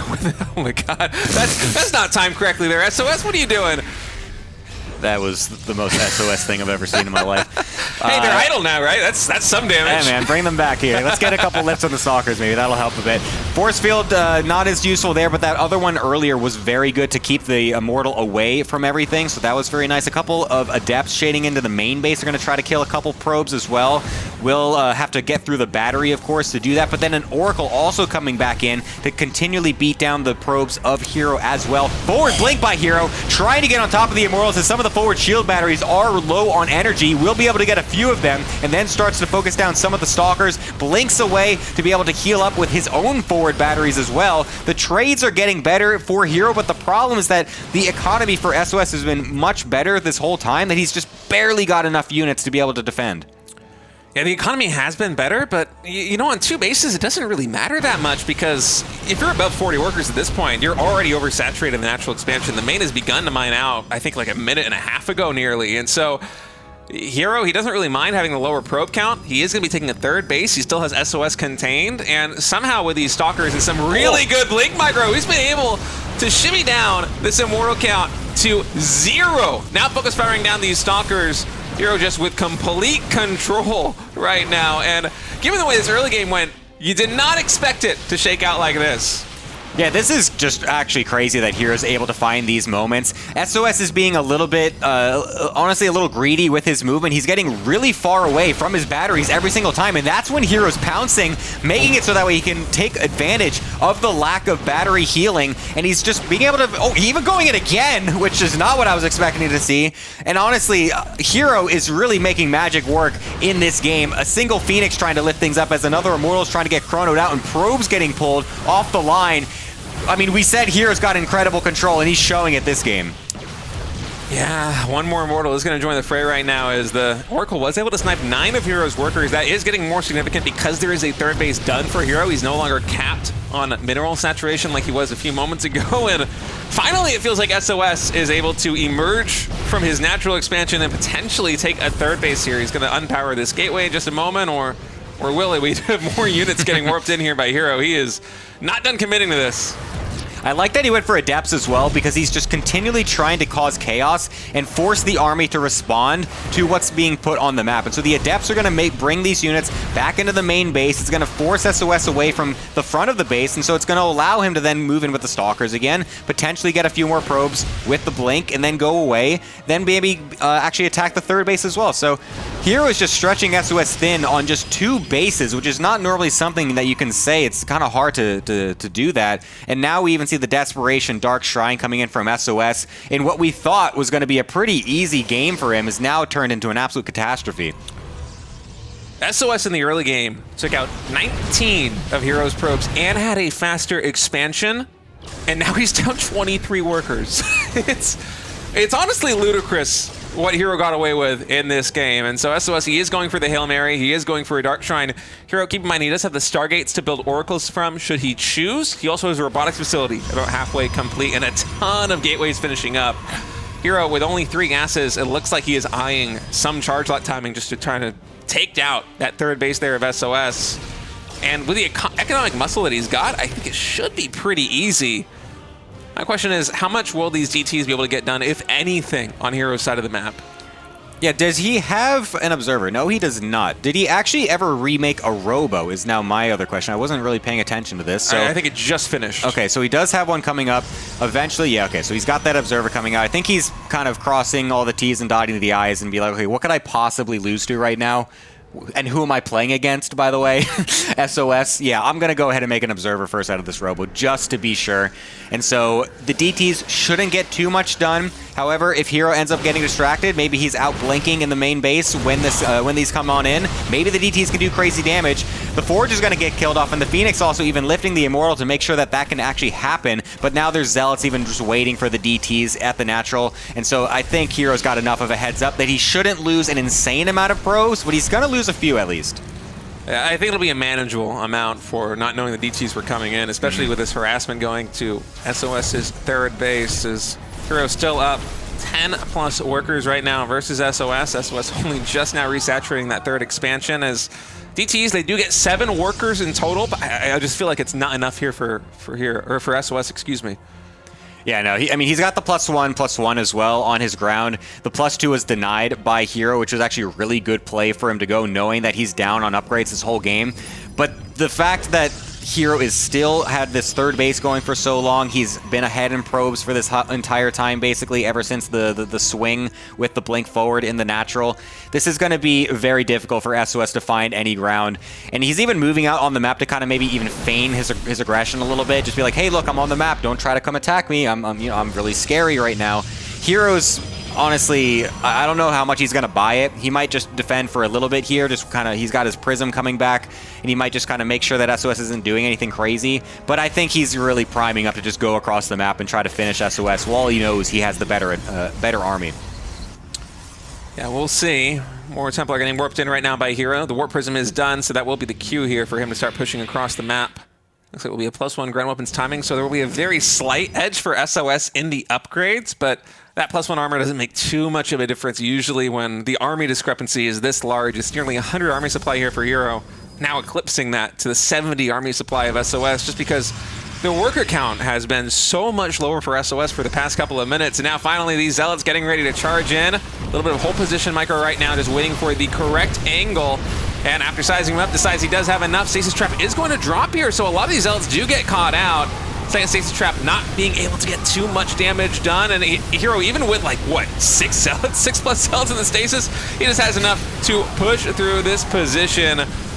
What an absolutely wild game number 1 between SOS and herO. Yeah, honestly, very well handled by herO. I mean, excellent crisis management, let's just say. Yeah. Like, the fact that he was so far behind in that early game, that's not an early game that you're supposed to be able to come back to. Like, we were constantly talking about it, where it's like, okay, here he goes. He's going to try to be aggressive with his blink. I mean, he's going to miss his timing. Ah, man, the forward blink, crap, oh no. But then he just kept doing it anyways, and he just found these little tiny micro engagements, just picking off a stalker, sees that the Immortals are slightly too far forward away from the batteries, gets in, gets half of its shield, and then boom, is able to get it a little bit later. Like, just the patience and the decision making, the crisis management from herO, showing why he's basically the top Protoss. I honestly think that if SOS had gone for Warp Prism after the second or the third Immortal, and you just keep that basically next to the Nexus, adjacent to the Nexus, and you use it just to use the range pickup on the Immortals whenever they get blinked on, I feel like he's completely safe in that game. Now, that is very tricky micro, but for a player like SOS, I absolutely think he's capable of doing it. But just constantly churning out Immortals the way he did, against a player like herO, especially with the proxy setup that he had and the sentries, he's going to find a way to eventually pick off some Immortals, and those things take forever to rebuild. It's just, I think it's easy to say in hindsight 2020 kind of thing, but it's like, in SOS's position, I don't fault him for just being like, well, no, if I just get enough Immortals, like, you're not going to... I killed so many probes. Like, it was a ludicrous amount of probes. There's no way... There was 19 probes. Like, I know I'm playing against herO, but it's like, no way you're going to be able to kill 5 Immortals, right? And then he killed 5 Immortals. So, like, I guess he had to respect it a little bit more, but I don't fault him. A bit unfortunate for SOS, but honestly, just great game, honestly, from herO. All right, Throne of the Dunes is loading in for set number 2 between herO and SOS. herO somehow leading the series 1-0 after that game number 1. He's going to be spawning here in the bottom left is the blue Protoss, SOS the red Protoss in the top right. Nice. Second series of the tournament, and we've got our first new map coming on in. Love to see it. Throne of the Dunes, a bit of a standard style map as well, so I'm not too surprised that that's the one of the maps that did make it through. Pretty nice overall map. You know, you got a good set of bases on each side, a couple in the middle, and then you got kind of the edges as well, which you can kind of expand towards. So, honestly, a pretty solid looking macro map, I would say. I think it just kind of looks pretty good. And Mapu's doing a great job showcasing it to all you guys as well. Shout out to Mapu, our beautiful observer all the time. Yeah, honestly, this is one of my favorite maps that didn't make it into the TLMC. It might be my favorite map that didn't make it into the last season. I really thought it was kind of a shoo-in after I played some games on it, but maybe that means it's Protoss' favorite map. Who knows? We are so biased, State. Oh, we are. We just keep getting more Protoss player casters. Thank goodness we have Sturgeon come in sometimes. Oh, I know. Yeah, he's going to be here tomorrow. We need the Zergs. Yeah, man. It is really funny when you think about how many casters are Protoss players. When you think about it, you know, there's like me, you, Tasteless. We got back in the day. I mean, Roddy now, Todd. Artosis is StarCraft 2 Protoss. Yeah, Artosis, StarCraft 2 Protoss. That's true. Grubby was a Protoss. He was doing some casting at some point. I mean, what is it with Protoss players and just being really good at talking in front of cameras, man? What is it? I think it's just that Protoss players tend to understand the game at a little bit of a deeper level. I think we're just generally smarter. I think we have a genetic mutation that just makes us, human, just better than other people, honestly. Yeah, I get it. Yeah, I have no idea. Maybe it's just that people who want to choose the easier path in life choose to play Protoss, and they also choose to cast instead of play. Stop. You're supposed to be saying that we're good, okay? Not that we choose the easier things. Anyways, we got a forward pylon coming out from herO when he sees yet again a very fast Nexus attempt from SOS. And I think that was even just scouted by SOS. I think he knows that that's there. Yeah, he saw that as well. So this is no secret. herO's going to be trying to get in SOS's face right away with no surprise. We'll see what exactly he's got planned for this, because he's not proxying any extra gateway, and he's the pro is actually in the main base at the same time. It might be like batteries. It might just be like a later third gateway just to try and do some kind of like 4-gate all in or something. I'm not sure exactly. herO's building a sentry behind this as well, and there isn't any extra production building going in with that fake? proxy pylon. It might be, honestly. That's what the sentry's telling me. He's thrown down a Nexus. Dude, that's actually baller. I love that. He just knows it gets scouted. He knows SOS is going to be kind of like, oh, crap, he's going to attack me. And then he just expands. That's such a good PvP move to do. It is, but I almost feel like SOS didn't take the bait. You look at what he did. He didn't really halt probe production all that much. He's still up 25 versus 22. He kept the natural expansion. He scouted with hallucinating Phoenix. He didn't just take it on faith that it's going to be some kind of pressure build. He wanted to confirm. And he went to the Stargate before he even scouted the expansion there from herO. So herO, once Warp Gate does finish up, it looks like it's about 20, 30 seconds out. He will be able to get some pressure exerted here on the natural expansion of SOS. SOS testing the waters there with the Stalker. Does want to spot if there's production. How much is actually going to happen, though? 3 Stalkers and a Sentry focus firing down that one. Of course, the Sentry doing it. Bonus damage to those shields means the shield battery is going to be running out of energy very quickly here. Dude, Sentries are so good now, man. It's crazy. I'm still not over that. I love that change was so good. I absolutely love it. And honestly, herO's going to try to go for a little bit of aggression because he's got this pylon anyway. He's got to kind of do something because he realizes that SOS did not take the bait whatsoever. And so he needs to now try to do something while he gets some probes back at home. So the double Adept is going to be coming in, trying to get a shade up into the main base. But I believe there is a probe patrolling as well. So SOS should be totally prepared for this. And there you go, right down there on the ramp. Maybe we'll complete this in the back. And yeah, we'll get a couple of probes. So something getting done here, but is it enough? Ooh, Force Field going to isolate these 2 Stalkers right there on the front lines. Adepts are going to pull their way back. So another Force Field will drop. That means the Sentry is going to go down at the very least. The probes even wanted to get in on the fight, but they will now go back to mining. And, I mean, look at the production right now with 2 more Adepts warping in for herO. It's 2-Gate versus soon-to-be 2-Gate from SOS, and those shield batteries are very low on energy. Now, what will he get done with this Oracle? Because 2 Adepts just got warped in on the front lines. We're going to have to recall some Stalkers. In fact, it's everything getting recalled. Oh my god, this is a total panic move from herO. We'll at least get the Oracle, which is nice, so at least that recall was worth it in that regard, but still, 5 probes when you were already down from the early game anyways is not what you want to see as herO. Luckily, he will see the second Oracle as well, because if he missed that, there's a chance he actually moves across the map again in a kind of an unexpected timing, so at least gets that confirmation and won't lose more probes. We'll have to go in with his own Oracle as well, but SOS very well prepared. This is looking great for him. Yeah, but still, we have a Phoenix coming in here for SOS, so I'm not sure whether herO's going to be able to survive with that Oracle. The Phoenix, it's hunting for it right now. Eventually, the Oracle seems like it will be able to escape to the top left corner. But players now going into a Twilight Council of very similar timings as the game is going to quiet down a little bit here. 41 workers for SOS to the 36 of herO. And herO going for a very fast third base. I like this. Oh, I like that. He actually baited him in. Kind of just didn't throw down the shield battery. It's just like, no, you can come on in. I've got 3 Stalkers and a Phoenix ready and waiting, so the Adepts will get killed off. Another little bit of a waste from herO as he just tries to get any amount of damage done that he can. The Phoenix also now finding the Oracle, which means this is going to die. There's no recall, although the units coming in from herO on the left will actually be able to deny it. So nice movement from herO, nice awareness to send those nice and early, but he still needs to get back home because his army is not in any position to actually fight what SOS has. Yeah, I don't even know if herO's looking for a fight right now, though. The third base is considerably quicker, and he confirmed that with the Oracle sniping the probe that would have built the third base there for SOS. And I think for herO, the warrior counts have mostly equalized. You're happy just to try and saturate this third base now. The game is basically even as far as you know, with the one exception being the third Nexus timing, which herO does have an advantage in. Yeah, herO seems to be really good at just finding ways to just eke out little corner cuts here and there just to try and get a slightly faster Nexus, just fit something else in. He's really good at maneuvering this, even though he loses a lot of probes, and honestly, this Oracle getting 3 more as well is not great for him.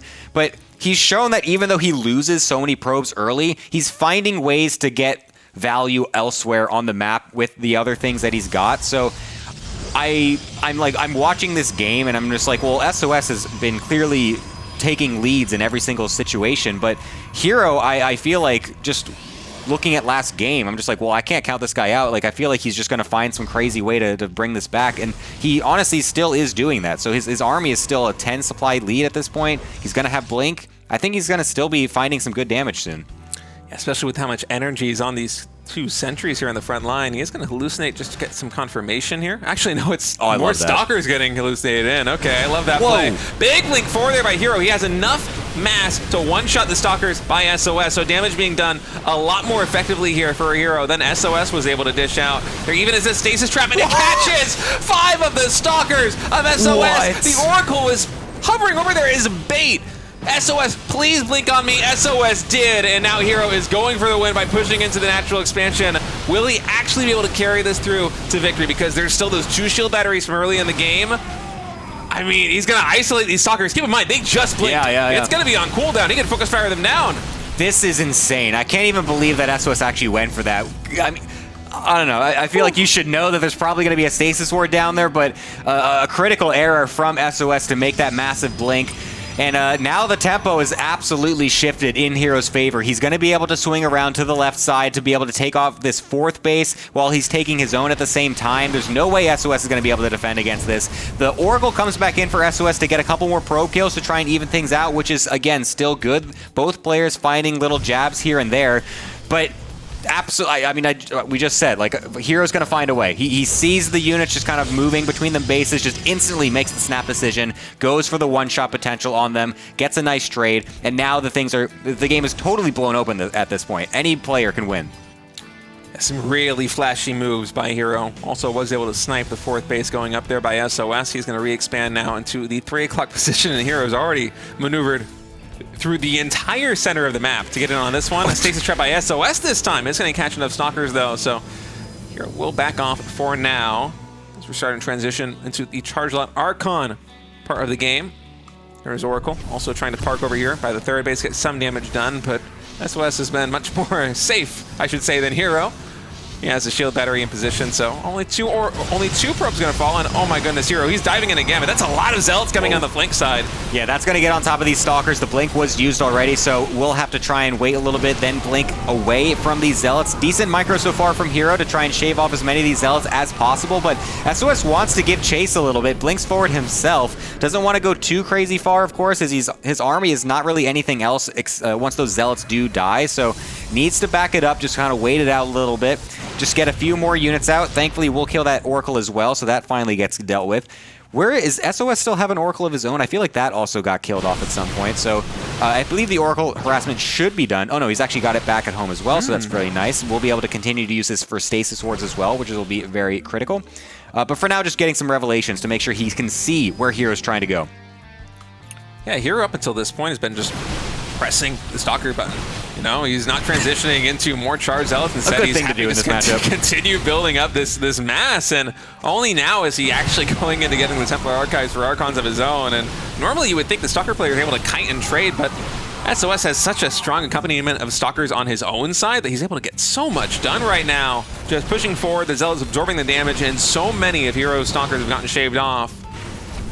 We got a Zealot run by on the right-hand side, but dealt with nicely by a warping of Zealots from SOS. So herO's kind of banking on that, doing a decent amount of damage. It did a little bit, but not an incredible amount, to be honest. So SOS and herO just really just trading back and forth is very equal right now. It's very hard to say who's got any sort of crazy lead. SOS with the upgrade advantage so far is definitely going to be nice for him if he can maintain that, because herO obviously went for the much later forge in both of these games, just favoring more units overall to try and just bulldoze down the opponent. But now that the Archons are coming out, the fact that, well, yeah, that's incredibly equal. That's literally the exact amount of units. That's actually crazy. There's a few more units just to go down on the right side. But yeah, herO really needs to catch up in terms of the upgrades, because eventually I feel like SOS might be able to outscale him. SOS was able to move through a blind spot right now, and he's going to be trying to take down this 4th base. Only half of herO's army is here. The rest of it's blinking onto the 3rd base right now of SOS, just trying to snipe that one down. So we are going to go probably trading base for base, and herO's actually going to send the rest of his army into the works as well. He wants to go for a base trade situation. He's building photon cannons back at home right now, adding in shield batteries as well. Is SOS going to recall, or are we going to have a full base trade? I'm not sure which way this is going to go. Yeah, this is a really strange position right now for both players. SOS, I don't think he was expecting to be thrown into a base trade situation at this point in the game, but it seems like he's committing to it as he's going on to the 3rd base as well, trying to bring his probes back, but of course loses all of them. His army is overall bigger, as he's going to have a lot more warped in the main base here as well. He's saving his recall for the opportune moment, going to try to kill as much stuff as he can in the natural as well, but herO's not going to let this happen, but the double Archon is going to make it very difficult for herO to punish SOS for warping in his main base here. Yeah, both players just massively supply blocked right now by all of the dead pylons and Nexus, so... And neither of them can really rebuild much army for the foreseeable future right now, as SOS is reset down to 1 base. He does have a small squadron of forces there. herO's going to recall. He's going to be set back on 1 base as well, and we're at 13 minutes now with a 1 base Protoss versus a 1 base Protoss after the base trade goes 80% of the way. Yeah, this is honestly going to be pretty hard for herO, I feel like. I mean, +3 finish during all this as well for SOS. He's got a probe out on the map, able to make another Nexus as well. herO's forced into his main base. Eventually, SOS will be able to remake a little bit, although a few more units still on the outside will be able to potentially deny that if they see it. SOS needs to make sure that he actually can track down this army on the map so he doesn't just kind of lose it and lose some random units. But honestly, SOS, with the upgrades and the army size and the fact that this Nexus could still get up, I'm favoring him in this particular matchup right now. Yeah, I definitely like SOS's side a little bit more, but herO with that small squadron of units was able to snipe that Nexus going up, so we're still one base versus one base. SOS with a larger army and with an upgrade advantage right now. And the unit compositions, they're basically identical. I think one of the small differences is that SOS has an Oracle, whereas herO is just purely on the ground right now, and honestly, I favor SOS in that regard too, so herO is going to try and get some good damage done with these Stalkers. Was able to pick off one Archon, and really any damage you can get done is going to be helpful, but that's a lot of Zealots getting traded for nothing here. Yeah, every little unit that herO tries to kill, it seems like SOS is able to find more as well. So the Zealot harass is able to get dealt with, so that Nexus on the right-hand side will be able to go down. herO actually, in the meantime, since these units were drawn back, is able to get some probes out as well and throw down a Nexus himself. So he will try to recoup a little bit. He's not just going to throw in the towel. He wants to try and play this out. Obviously, he has, like we said, a bit of a disadvantage in terms of the army size and the upgrades. So he does really need to draw this out long for him to have a potential to win, I would say. But he's not going to throw it in. I mean, herO, like we've heard from him, he loves to just continue playing no matter what, even though he feels like he might be out, tries to go for the desperation plays, doesn't want to just leave when he could possibly have a one game. Yeah, so as things are quieting down a little bit, we look at the worker counts, and SOS, after all the dust settles from the base trade, has nearly double the worker count of herO, and that means that once these extra bases finally do get saturated, SOS, even though he already has a larger army, it's also going to be faster coming online with his production, too. And so for herO, there really is nothing going his way at all in this moment. And the fact there's also DT is going to be coming in for SOS, which is a great play in this position. He knows that his opponent is not really going to be thinking about detection at this point. He's going to be cutting corners in any place that he can, basically. So no observers are going to be getting thrown down. There's, I believe, just one Oracle somewhere, I think I saw on the map somewhere for herO. So he will have that for detection, but again, it's not the most reliable form of detection against a whole bunch of DTs. So I like the play from SOS. We'll see if it ends up even coming into a fruition, because he might just walk across the map and just find an engagement and just win because his army is just straight up larger. Yeah, if SOS could see what we would see, he'd be doing what he's doing right now, which is just pushing for a win. But instead, he's testing the waters because you really don't want to go out a 2-0 here versus herO. You know that your position is probably better, but you don't know by how much. And so just play it safely, play it conservatively. That is what SOS is doing.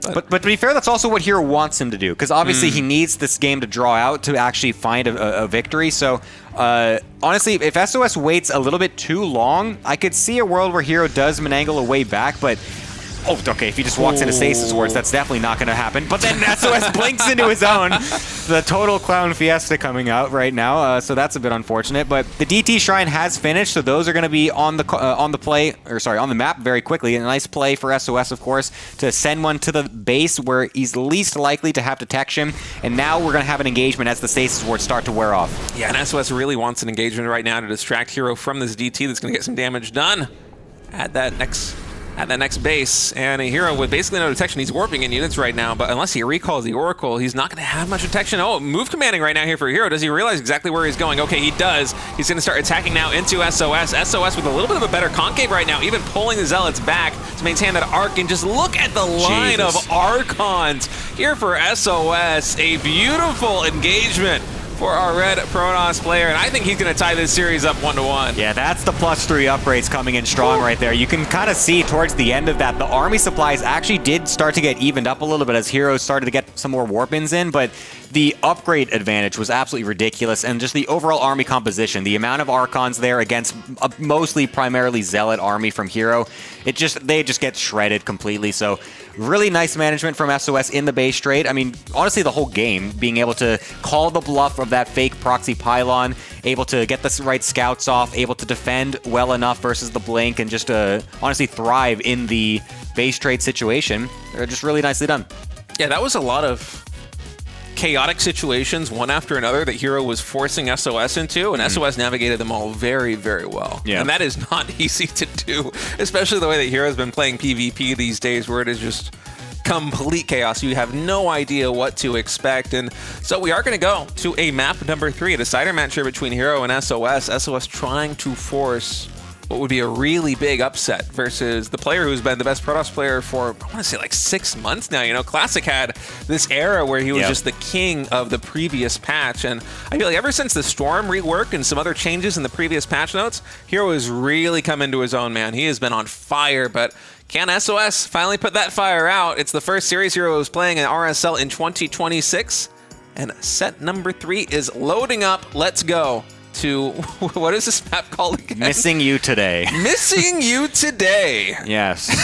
herO versus SOS. SOS spawning as the red Protoss in the top left. herO, the blue Protoss in the bottom right. So the first thing when I look at this map, right, okay, especially in a PvP, this is Proxy City, man. The amount of spots that you can just throw a pylon on this map, I feel like it just looks so difficult to try and just... Look at that. SOS is literally doing it off the rip. This is actually crazy. A wild move to be throwing it in his own natural. That's actually so sick. I love this play. He's totally faking herO out to think that he's proxying, he's going proxy gateway, essentially. Will herO actually take this into account, or does he overreact? I feel like he should. I don't know. I feel like he's a good enough player that he's going to be like, oh, well, you might just be able to put it in your natural, so I'm going to go check there. So we'll see if he does, but I love that SOS already is taking this map into his own hands and just trying to do something crazy. Oh, and he's not even going 2K behind it. Where is he? Let's see. Second gateway. Okay, he does throw it on the second gateway. The probe started moving, and I was wondering whether he was going to do it. Oh, no way! herO tries to check it, but the base is just a little bit too big. Oh, you're kidding me. Dude. Oh, man. herO, you got to check your corners, man. You got to check Look at them him. He's fully. laughing. He's laughing. He's like, wait. No way, you're proxying me, right? Oh. And he's just going to expand, bro. Dude, this is crazy. I can't believe that was 1 pixel off. That was 1 pixel away from scouting. That's insanity. I can't believe herO didn't spot that. Dude, look at him. No idea what is going on right now. He's making a zealot. He's making an extra pylon at the front to reinforce everything. He's scouting the top right of the map. He's trying to see if there's a gold base taken. Dude, herO's ankles just got twisted. He is in the hospital right now trying to get a cast, and he's just in the ER. This is totally insane. 2 zealots before the cyber. Like, oh my god. It's 3 zealots. SOS. It's 3 zealots. The GOAT. He's going to cancel one of them. He's going to start a stalker right now. Oh my goodness. Dude, herO is going to lose his mind when he looks at this replay, man. I mean, the natural expansion, it's huge. Oh my god! Huge. Look at him. He's like, no way. Like, what do you do? He's coming back. He's still not going to see anything in the main base. You know, the funny thing too is that he could lock him in. He could lock him in. And he does. He's gonna lock him in. Oh, I love it, dude. I love it, dude. SOS is just styling on herO right now. This is insanity. herO has no idea. I mean, you have to have some clue that something weird is going on, but it's gonna put you so out of your element right now as herO. And I think the simplest thing that you can do as herO to get information is just attack. Yeah. Like, you don't know what's going on. If you attack SOS, you're gonna figure it out. And you look at herO's face right now on the camera, it's just kind of stunned, like, what?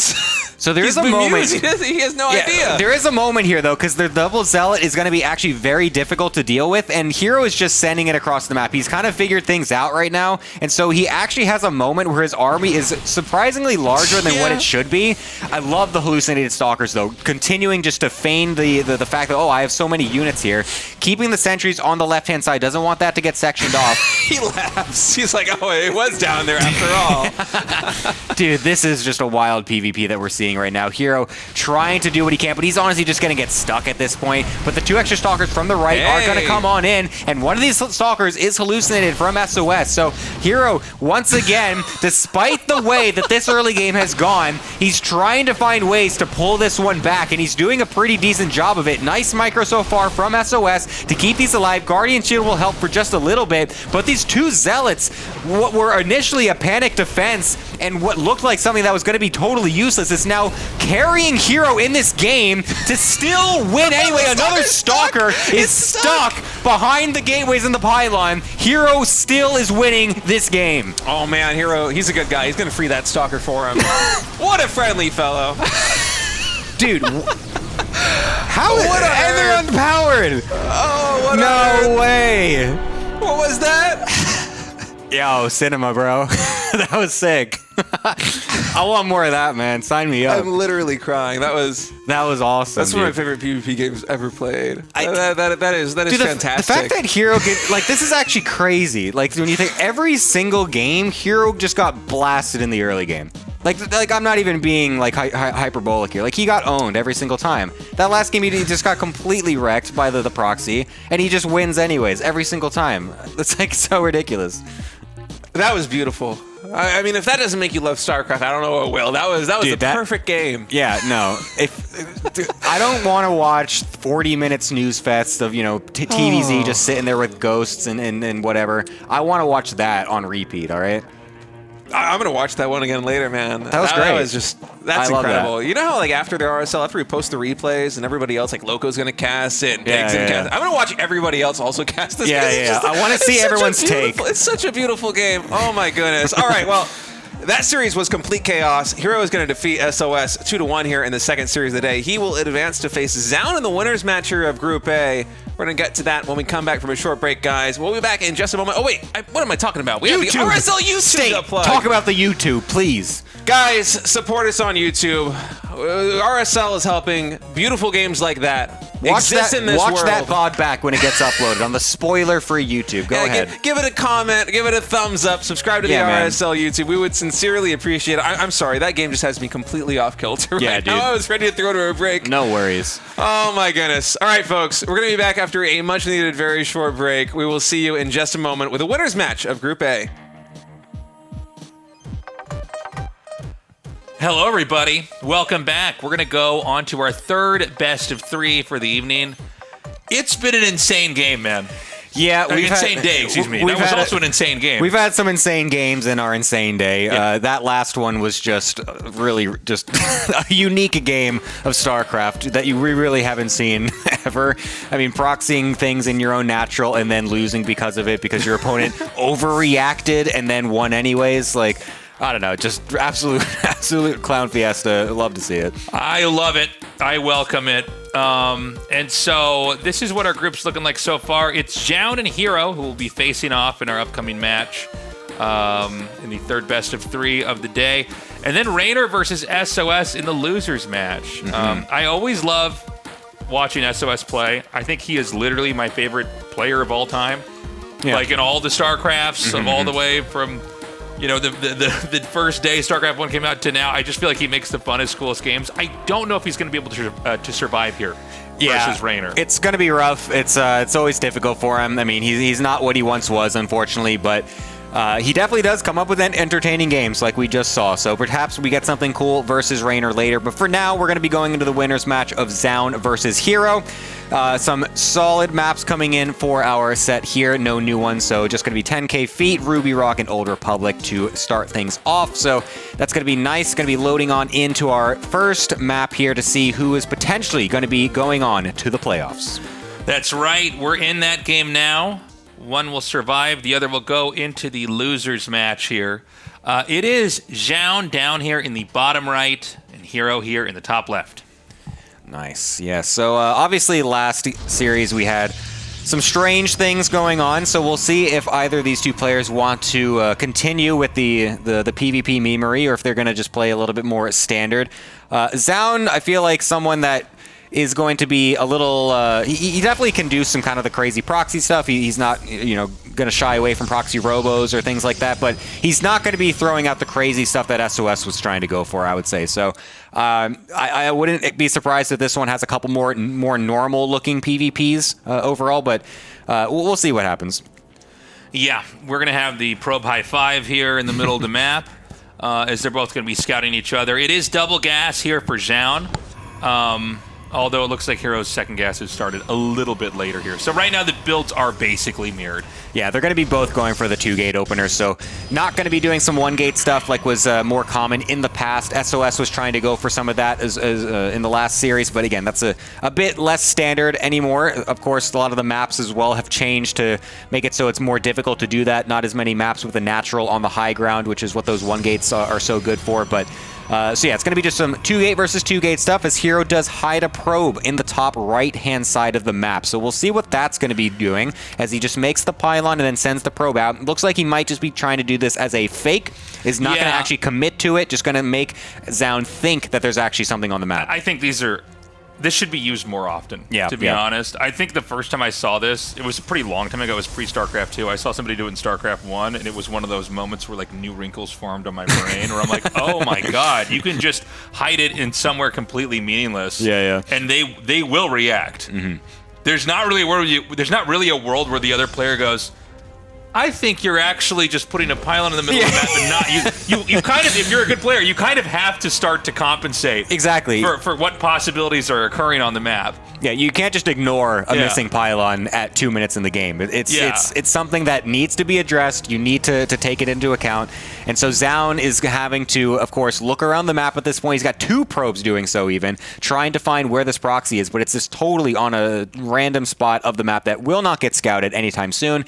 And so now he needs to start to put the pieces together and think, okay, I haven't found anything yet. Is it actually fully committed, or is this a fake? Because obviously Zoun knows that this is a possibility, and so he's sending his probe to double check the Nexus timing, and will be able to confirm. Now knows the timings and sees, okay, yes, you just put the second pylon somewhere. This is not actually a real proxy. Yeah. So we see. Oh, that's awkward. Yeah. Everything was blocking that from being made. Even the worker somehow was blocking that. No, he gets in immediately and he's going to kill off at least, 6 probes. So, PvPs don't always end early, but they can when that happens. He's just like laughing to himself, Zoun, as well, realizing the situation. Gets up in his chair. He's just like, well, He gets up in his chair, turns the lights on so he's not in a black hole, and just walks out of the room. Oh my god. Yeah, no, this is not great for Zoun. You never want two adepts getting into your main base at that point in time in the game. So he's going to be just starting PvP, off in the worst spot. That can sometimes just be it. Yeah. That's like one of those. I mean, and people hate it if you say this is a caster. Like, well, the game's over. Just let the game play out. You don't know. It's like, this game is not that much of a mystery to me. But let's see what he can do. I mean, it's hard when you're both doing an expand build to lose that many workers. The other guy's just going to have more momentum, right? If this was herO that lost the probes after seeing that last series, I would be more inclined to say, okay, wait up, let's just not count him out yet, because he already just proved that he can come back from crazy deficits in the early game. But we haven't seen that so far from Zoun today, so we'll now this will be our first test. Can Zoun find a way to cut some corners? Can he find a way to just do something that can make it possible to even win this game? He's down 9 probes at this point at 4 minutes and 30. This is not supposed to be a recoverable position as a Pro player in PvP. Yeah. It's one of those things you just can't let happen, right? So herO with a 10 worker lead, 25% more workers right now. He's getting his robo. Yeah, look at me doing math now. Damn. That's so bold to do that on cast, 2 plus 3 is 5. I mean, he's just in good shape. And remember, they're both making a lot of stalkers here. There's more sentries, obviously, for herO, but when you get that robo out faster, the Immortal's going to be out faster, and the second Immortal, and everything else you need. So, I mean, this could be a pretty easy layup. They're both going to take a third base. Note that Zoun expands at the same time as herO, hoping to kind of match him, and we'll probably have to try to defend some kind of attack coming up here. And if he does, and herO doesn't execute it well, he'll be in trouble. But the big defining difference right now is that the robo is missing here for Zoun. He has skipped that or delayed that. Yeah, he's totally skipped it. He's also skipped a gateway, so he's really trying to find any little corner to cut to get this faster third base. I like it. And I also like this move to bring in 4 stalkers to try and one-shot a few probes. Gets 3, gets on out. It's a great move, actually. That's exactly what he needs to try and bring himself back in this game, along with the fact that he's also got his third base at the exact same time as herO. This is exactly what Zoun is looking for, and will actually swing it back towards his favor a little bit in the economy for just a moment, and now it's going to be even at 42 probes each. So, yeah, a nice little play. The next problem that he's got to deal with, of course, is that herO's army is looking pretty big. Okay, he's going to try to push in here. herO goes in for the shove. He's already taken out a couple of these stalkers here in the front. One sentry goes down. I got to say, the angling's actually kind of bad for herO. It did feel like he, that might have been a bit forced. He had a lot of stalkers that were kind of bumping into each other in the back. He's going to come in again, and it still doesn't look like he has enough. Yeah, honestly, not even blinking a few of those stalkers, just losing a few of them. Not the type of micro we're used to seeing from herO, so a bit of a botched attack from herO, despite having a pretty large army comparatively to his opponent. Doesn't actually walk away with anything, just loses some stalkers of his own, and honestly just evens up the score and it puts Zoun in a position where I'm like, okay, this is completely winnable now. Like, this is not at all a strange PvP. Like, this is just a straight up, solid, even PvP at this point.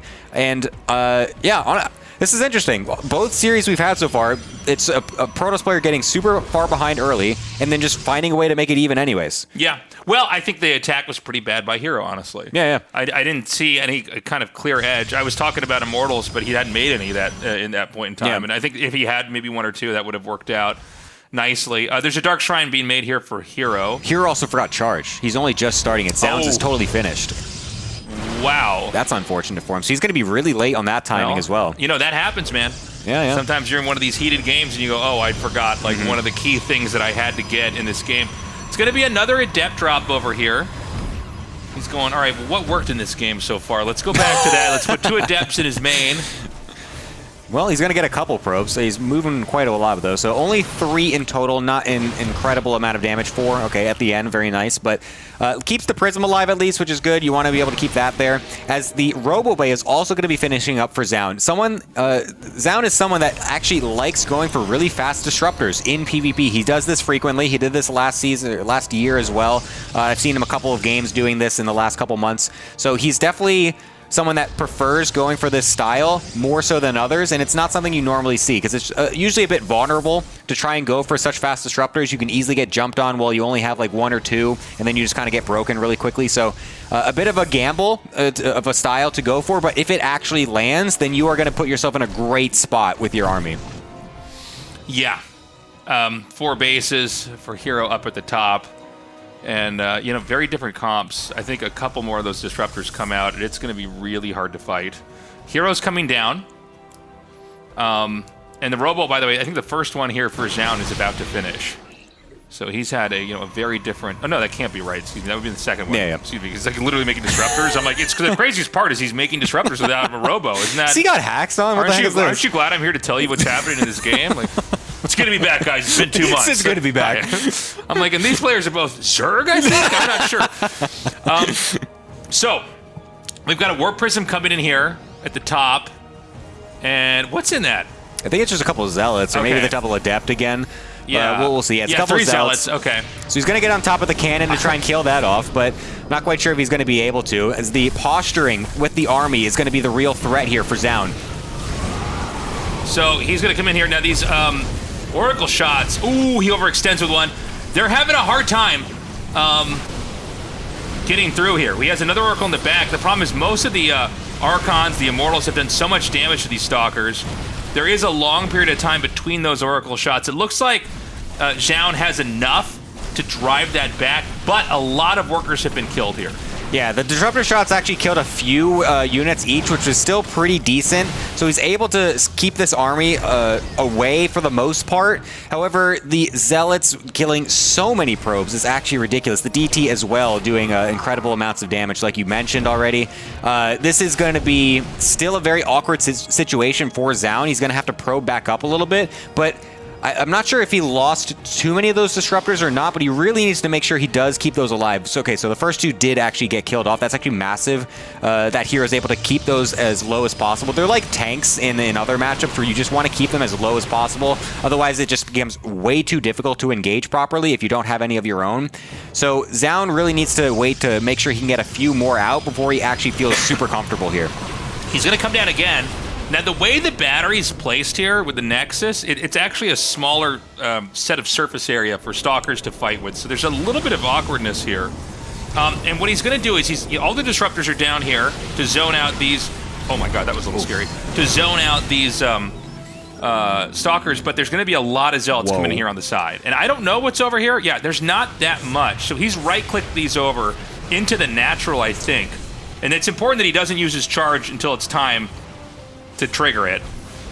Yeah, so this is going to be really difficult, I think, as well for Zoun to defend. I mean, the army on the left-hand side is also doing a really good job. Actually, a couple disruptor shots might land on the Immortals, which is quite nice, forces the blink away. And the Zealots are surprisingly not doing an insane amount of damage, but now the extra Zealots coming on into the front lines, and that means it's going to be GG for Zoun.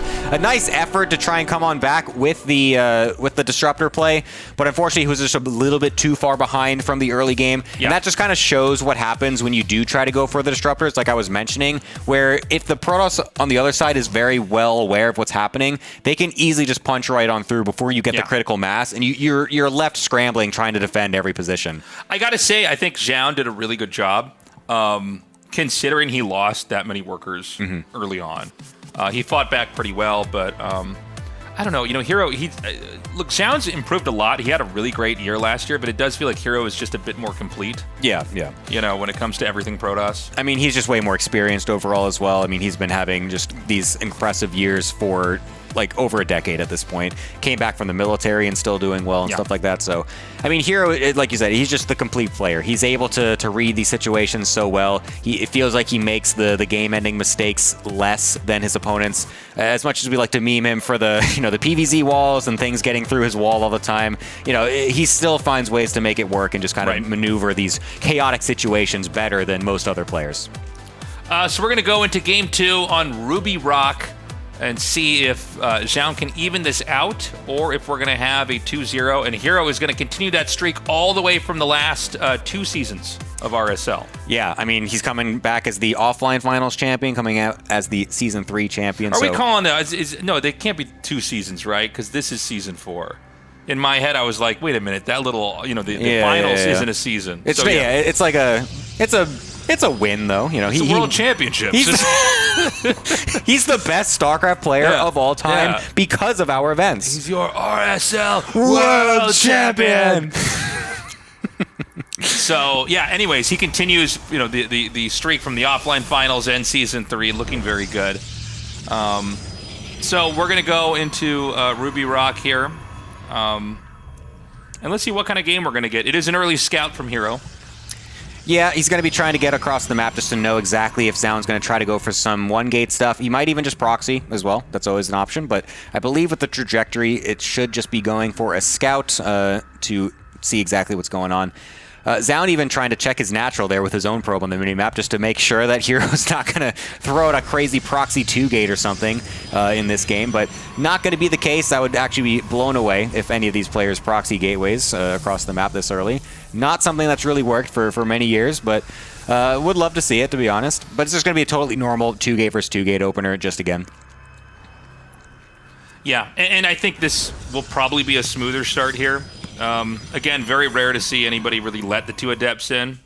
There was a period where, like, when people figured out about shading into the main with this, that it was like everybody had to figure out how to stop this, either with their own pylon walls or their own adept shades. But there was a lot of games of people just getting destroyed right away. Dude, adepts were just crazy at the start of Legacy, man. It was just like... I mean, they got nerfed as well at some point. Remember, even versus Terran, they were just absolutely busted because they were like 2-shotting SCVs and Marines. morrow plays like the greatest game of his life and still slowly dies out as the next wave of adepts come in.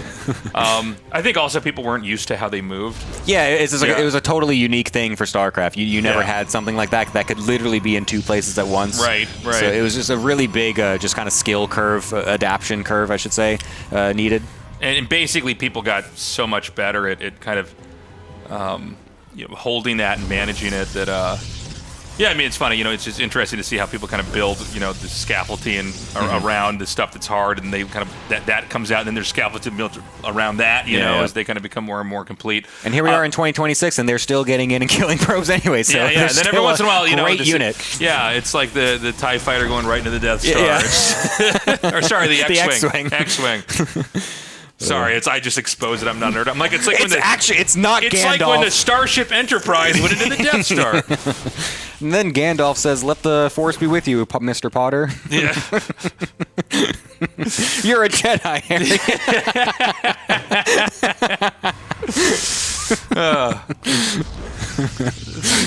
And that's when Gandalf said, "In the Game of Thrones, you either win or die." So, in this game, we've got a push coming up here, and Zoun was actually really nicely positioned. He doesn't take out the Adept there. Uh-oh.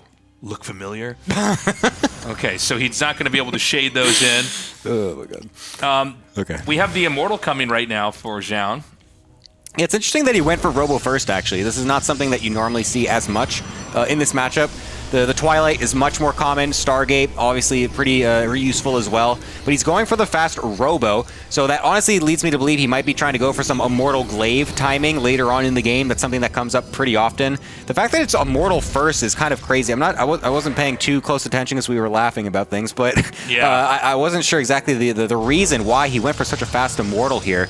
As he doesn't really, it's not like herO's being super aggressive. He didn't have any proxy pylon or anything, but it's going to allow Zoun to just kind of walk across the map. He could even force field that if he wanted to catch them. We'll get them both anyway, so nicely done. Conserves that energy, and will potentially be aggressive with a Prism also following this up as well. So that's what I was wondering about, because there's some times where you can go for these plays super early. It's very uncommon. We used to see this like a long time ago in PvP, but you don't normally see it anymore because it's kind of figured out. But Zoun is going to try to come in really fast, really quickly with this Prism and Immortal. herO doing a great job of forcing the units away and making it so it takes a long time, kind of like a tank push kind of thing where you're stopping them from getting across. Can he actually defend back at home? This is actually one of the fastest rushes you can do, because the Immortal, it travels with the army, and then the Warp Prism, you get this like power spike where right when it gets there, you can warp in one more wave of units and then juggle the Immortal with that. So this is like, this hits really hard. It's going to be only 2 gateways, though, is the thing. Because it's happening so fast and it has a Robo, you can't actually get a crazy amount of production with it. So it's really a straight-up burst attack. You need to do a crazy amount of damage right away. Otherwise, it just completely peters out and you can't do anything. And you can even see it already. Just that first set of force fields, the crazy amount of batteries set up defensively. herO's already defended the push because he saw it happening from across the map completely from the start. So Zoun has been forced to transition right away. He's going into the Twilight already. He's getting extra probes and extra gateways, but he's going to be down on the probe count this entire time because he had to cut so many to get the early Robo and the early Immortal. Okay. We have a little wave going across the map here for herO, which I assume, what are those, all shaded? Oh, hold on a second. The Warp Prism's going to come in here now. Yeah, this is actually going to be pretty good. Get a couple more probes while the army's moved out. I don't think Zoun expected even the army to be over here, but it is actually across the map right now, and a bit of a bold attempt by herO because there's still 2 Immortals. Yeah, I mean, that was even crazy he got in there at all. He saw Immortals earlier, too. He doesn't have any of his own to fight with that, so that's just oh my god, very questionable. We have Glaives coming down here for Zoun, so I think Zoun's actually going to hit again. Charge is coming for herO. herO's getting a Warp Prism, and I don't think this is to do an actual push, because there's no way one guy has like 2 Immortals and Stalkers, and the other guy just has Stalkers. You're not pushing into that. Right, yeah. But I think he wants to try to maybe harass, fly into the main with stuff. Yeah, because honestly, losing as many probes as he just did to that Adept move out is actually really bad for him now. I mean, he lost 6 of them. His tech is actually, I think, in a not great position. Getting that Sentry is actually really nice. You really want to keep those alive in PvP as much as possible. He's going to see that the Twilight is researching, and he can probably put 2 and 2 together to realize it's going to be Glaives instead of Blink, just based off how this game opened. And this is going to be hitting really fast, man. Like, this is a very fast follow-up, and with the amount of damage done already with those Adepts, it did kind of put herO in a weird spot. So his gateways aren't actually done yet. He's going to be forced to try and go in for a little bit of a base trade with the Stalkers and the Prism himself. Okay. He's going to try to come around. He's got 3 Stalkers in the front. Now, this is going to get a lot of workers, 100%, but at the same time, I don't know if you can stop this Death Ball. Oh, the Archon at the front, that's so unfortunate for him as well, so it's actually not going to actually get up. He's completely exposed at this point. The Adept shading into the main base as well, and everything is going to get bulldozed down by Zoun. I mean, the couple Stalkers harassing in the back, but I don't think that really matters when there's a massive army right at your front door between both bases. This is going to be really difficult for herO to defend. Okay, he gets another force field up. He's going to try to shave this down. Now, Zoun is losing workers. He's going to have, like, none in a second here. And then the question is going to be, can you get back with what you've got and maybe make this work? And I don't think you can. I think the army right now for Zoun is too scary. Not only is it bigger, it's more complex. Actually, getting this +1 denial would be huge, but he's not quite paying attention, so that's going to be evened out as well. So it's not even like herO has the upgrade advantage anymore either. Another pylon getting focused down to make sure more reinforcements can't be thrown in here. But I mean, the army size is just so different here for these two players. Zoun, once he can get on top of these units, it's going to be much more difficult. The recall coming on in is really nice, so he's going to be able to get a nice flank, and he's going to try to go on in, blinks forward, keels off that prism, and will now try to go for the Immortals, but they still pack such a crazy punch, and so he's going to start bleeding everything out. Yeah, I mean, I thought the angling was pretty cool. It's pretty exciting. He does have this one Immortal here in the back. It's kind of hopeless to watch. He's microing an Immortal versus this Adept here. It really goes to show you how much better an Immortal is versus a Stalker compared to an Adept. Yeah. So, I mean, what, it's 5 Stalkers and 6 Adepts at an Immortal versus just 6 Adepts. Yeah, no, this is six Stalkers. This is looking pretty rough here for herO. He's holding on to any last hope that he could possibly have in this game. Some might even call it a last chance of cope, as he's really got nothing to go right now. I mean, he's got 10 workers, which is already less than Zoun as well, and Zoun also has both his bases still set up. This is herO trying to get back into his own main base to stay alive in this game. Yeah, he's getting hollowed out right now. herO's losing everything. I respect herO trying to figure out, like, is there some other way I can make anything work here? But I don't think the numbers are there. It's not enough minerals on either side to make a new Nexus, by the way. So he's going to come back over here. What is the plan exactly? I mean, he's just base trading at this point, I think. But we have a recall. Yeah, but he can't make a...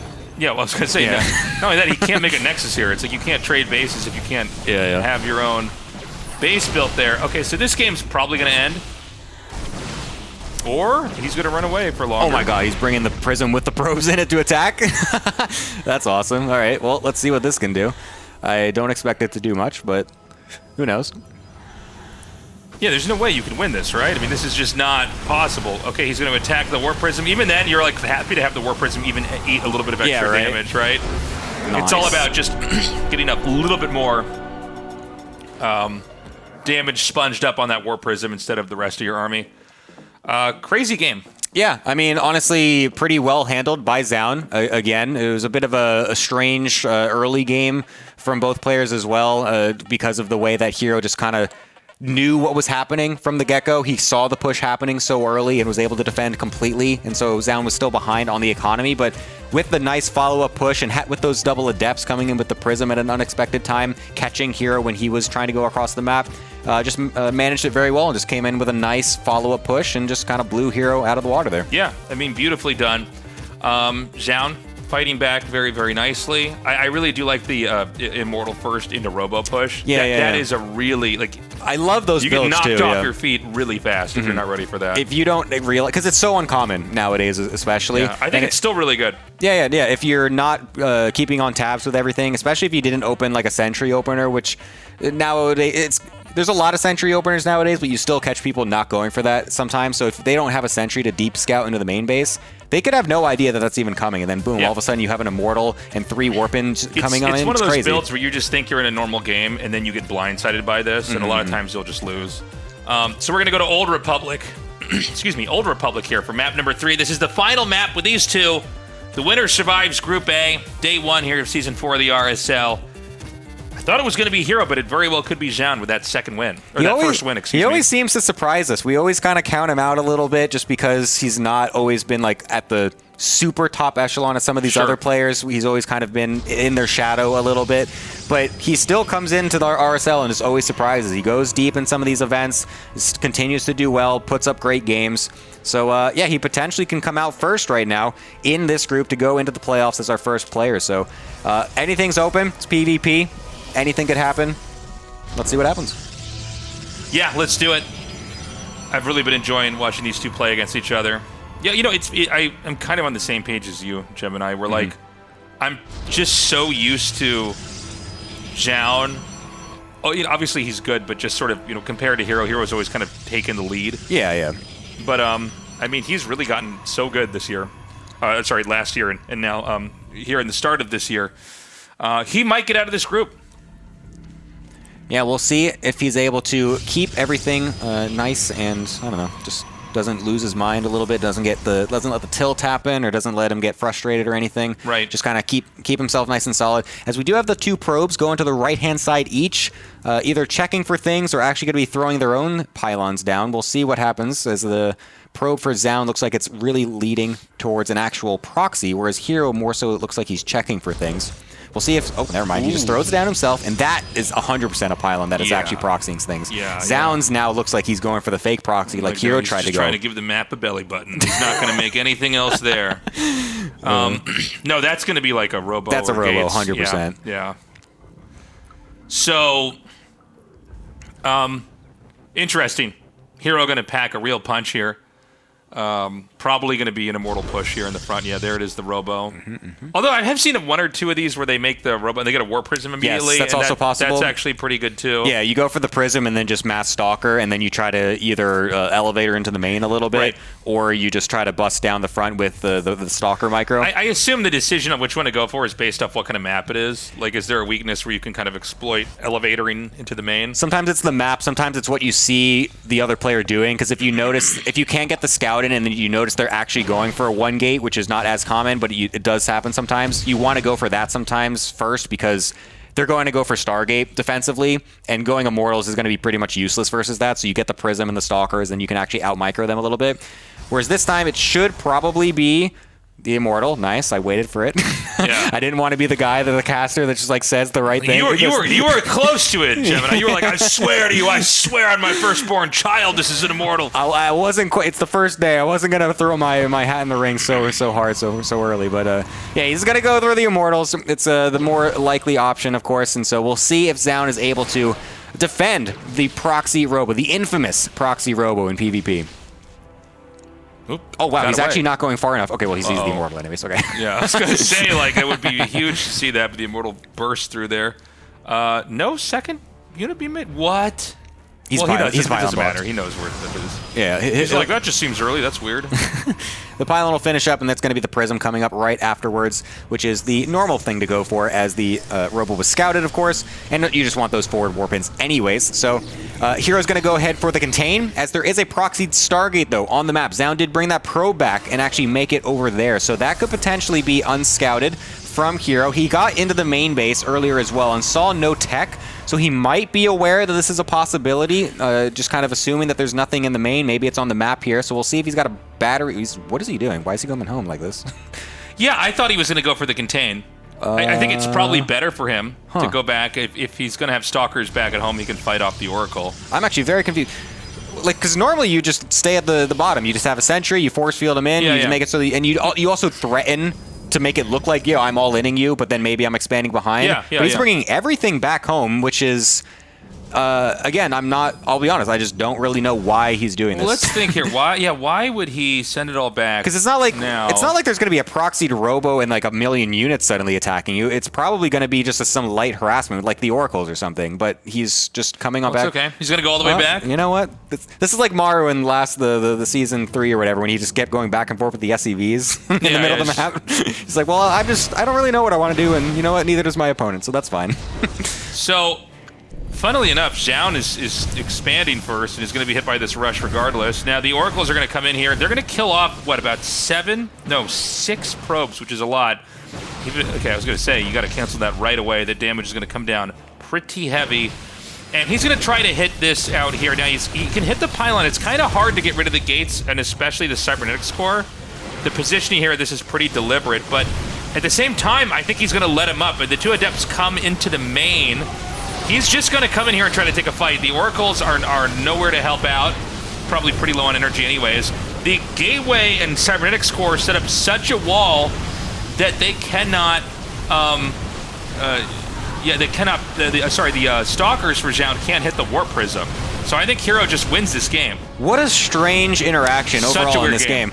I mean, he's definitely going to punch on through, despite the fact losing so many workers and getting put down at such a terrible economy. He just walks right on up. I feel like he tricked Zoun. I'm not sure how intentional this was, but like because he moved back home, he made Zoun think that he wasn't committing and it was safe to go and actually expand. I don't know if it was intentional, but you've got to imagine what it looked like for Zoun. If you see them leave your low ground, you think, okay, they expanded. Exactly. And you're like, I'm probably in a losing position, but like I'll just expand. Yeah. Myself. And then herO just walks across the map and just cancels the Nexus, and then he's ahead in army because he didn't waste resources on a Nexus like and his opponent. And to send them all the way across the map too. It's not like he backed out and just That's like let the him weird come thing. down.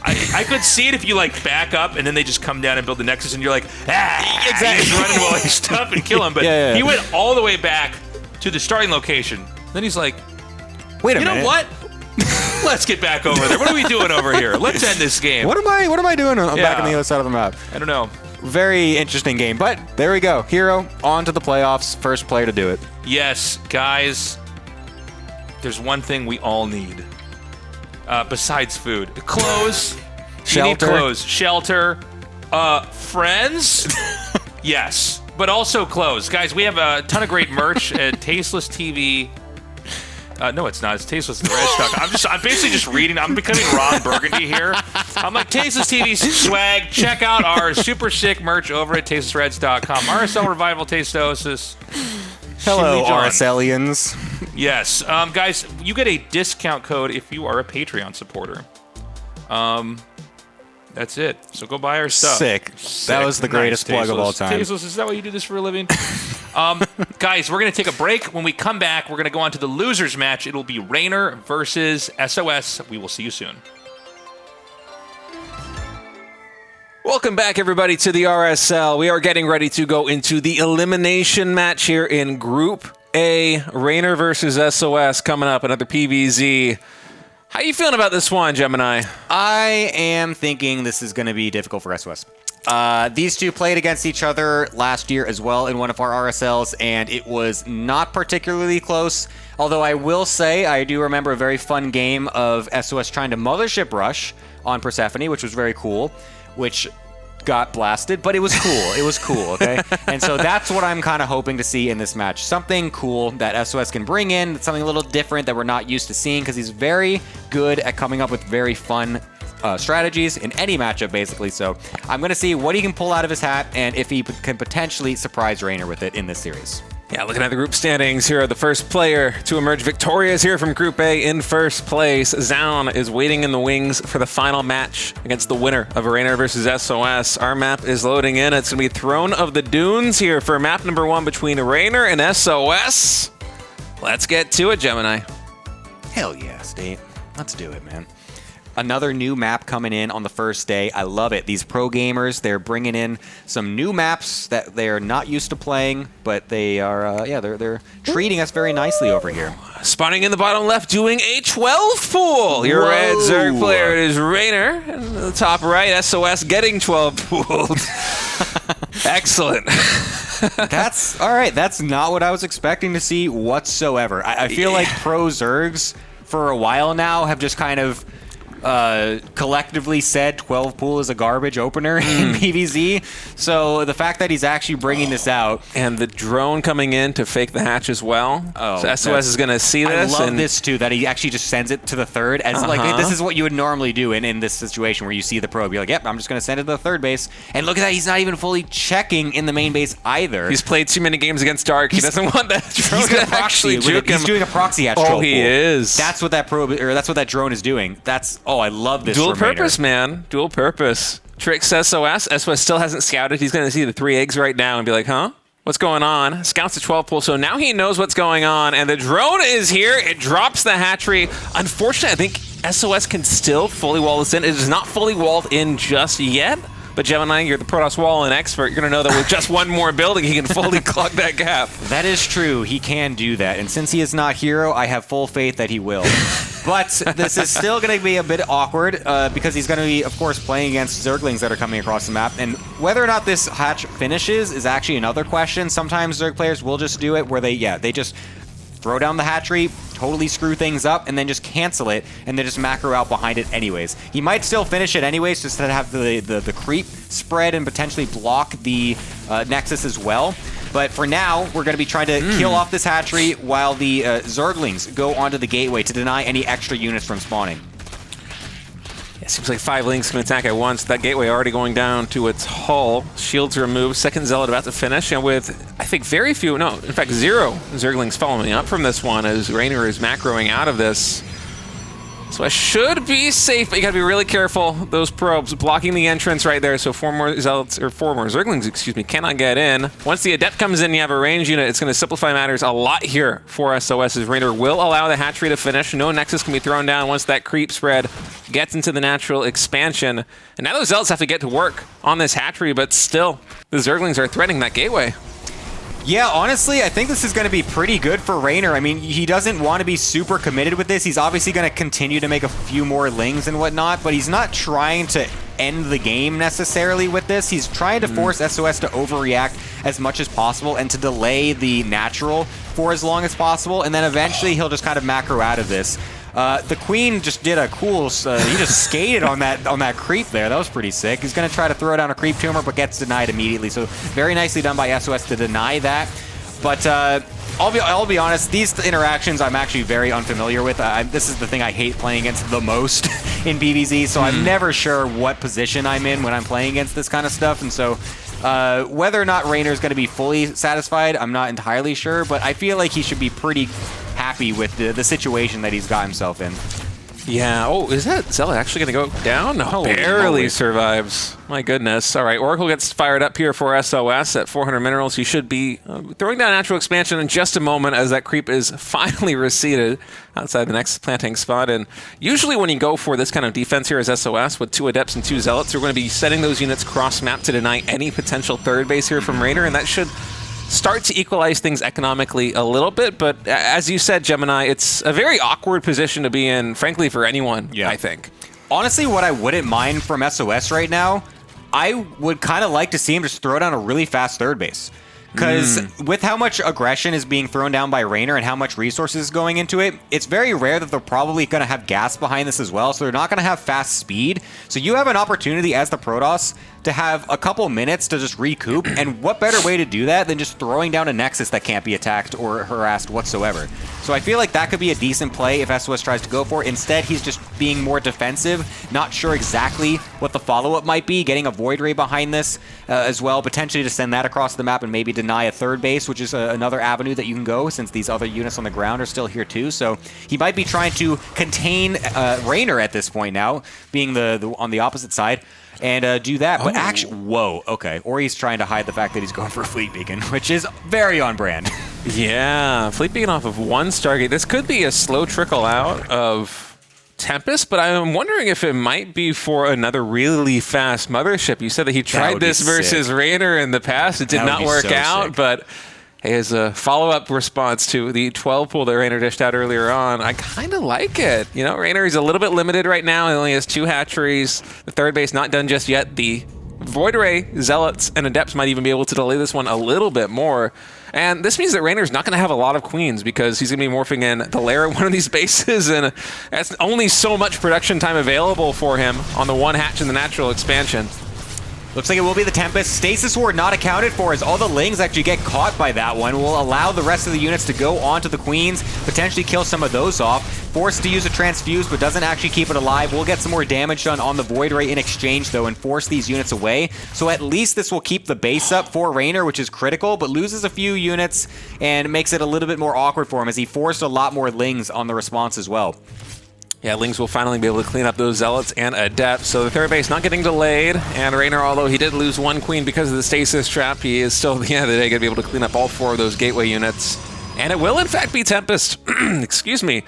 I was wondering if it might be Mothership just because it is only one Stargate, but no, it'll just be a slow trickle out of Tempest, and that means that losing those queens, a little bit more painful here for Reynor, but the lair is fast enough that I think he should be fine, because the Tempest, again, being trickled out one at a time from a single Stargate, they're not going to reach critical mass before the Spire's already done and ready to pump out some Corruptors, right?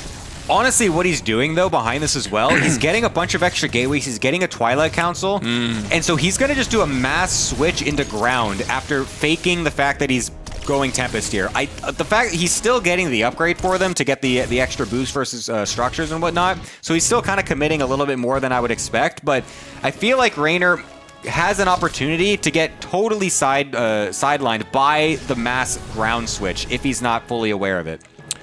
Yeah, there are 3 Tempests out on the map, or there will be in a moment once this one finishes up here at the Stargate. Reynor, he is going for a counterattack right now, and Roaches was potentially eyeing a third base here from SOS, but with none to be found, he's going to force field instead that out. Unfortunately, that pylon was the pylon powering the photon cannon, so a little bit less DPS right here for SOS. Why didn't he just make a building?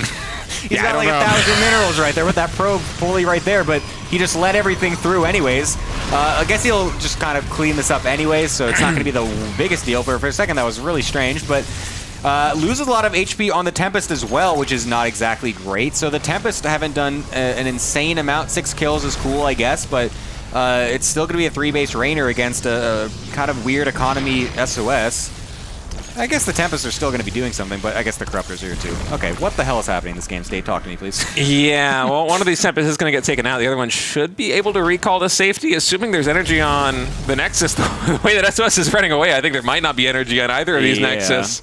Oh, unfortunate here for SOS, losing 2 Tempests for basically nothing. And now the Adepts are moving across map. Glaives is being researched, but it's still like 30 seconds out, Gemini. He's not going to find that much damage with this, I think. Yeah, he's going to get a few drones since Reynor didn't seem like he was fully prepared for this switch because of the fact that we went for Tempest as SOS. So didn't have as many units out because he lost a lot of them on the attack. But, I mean, 3 drones, like, you're not really caring about that at this point.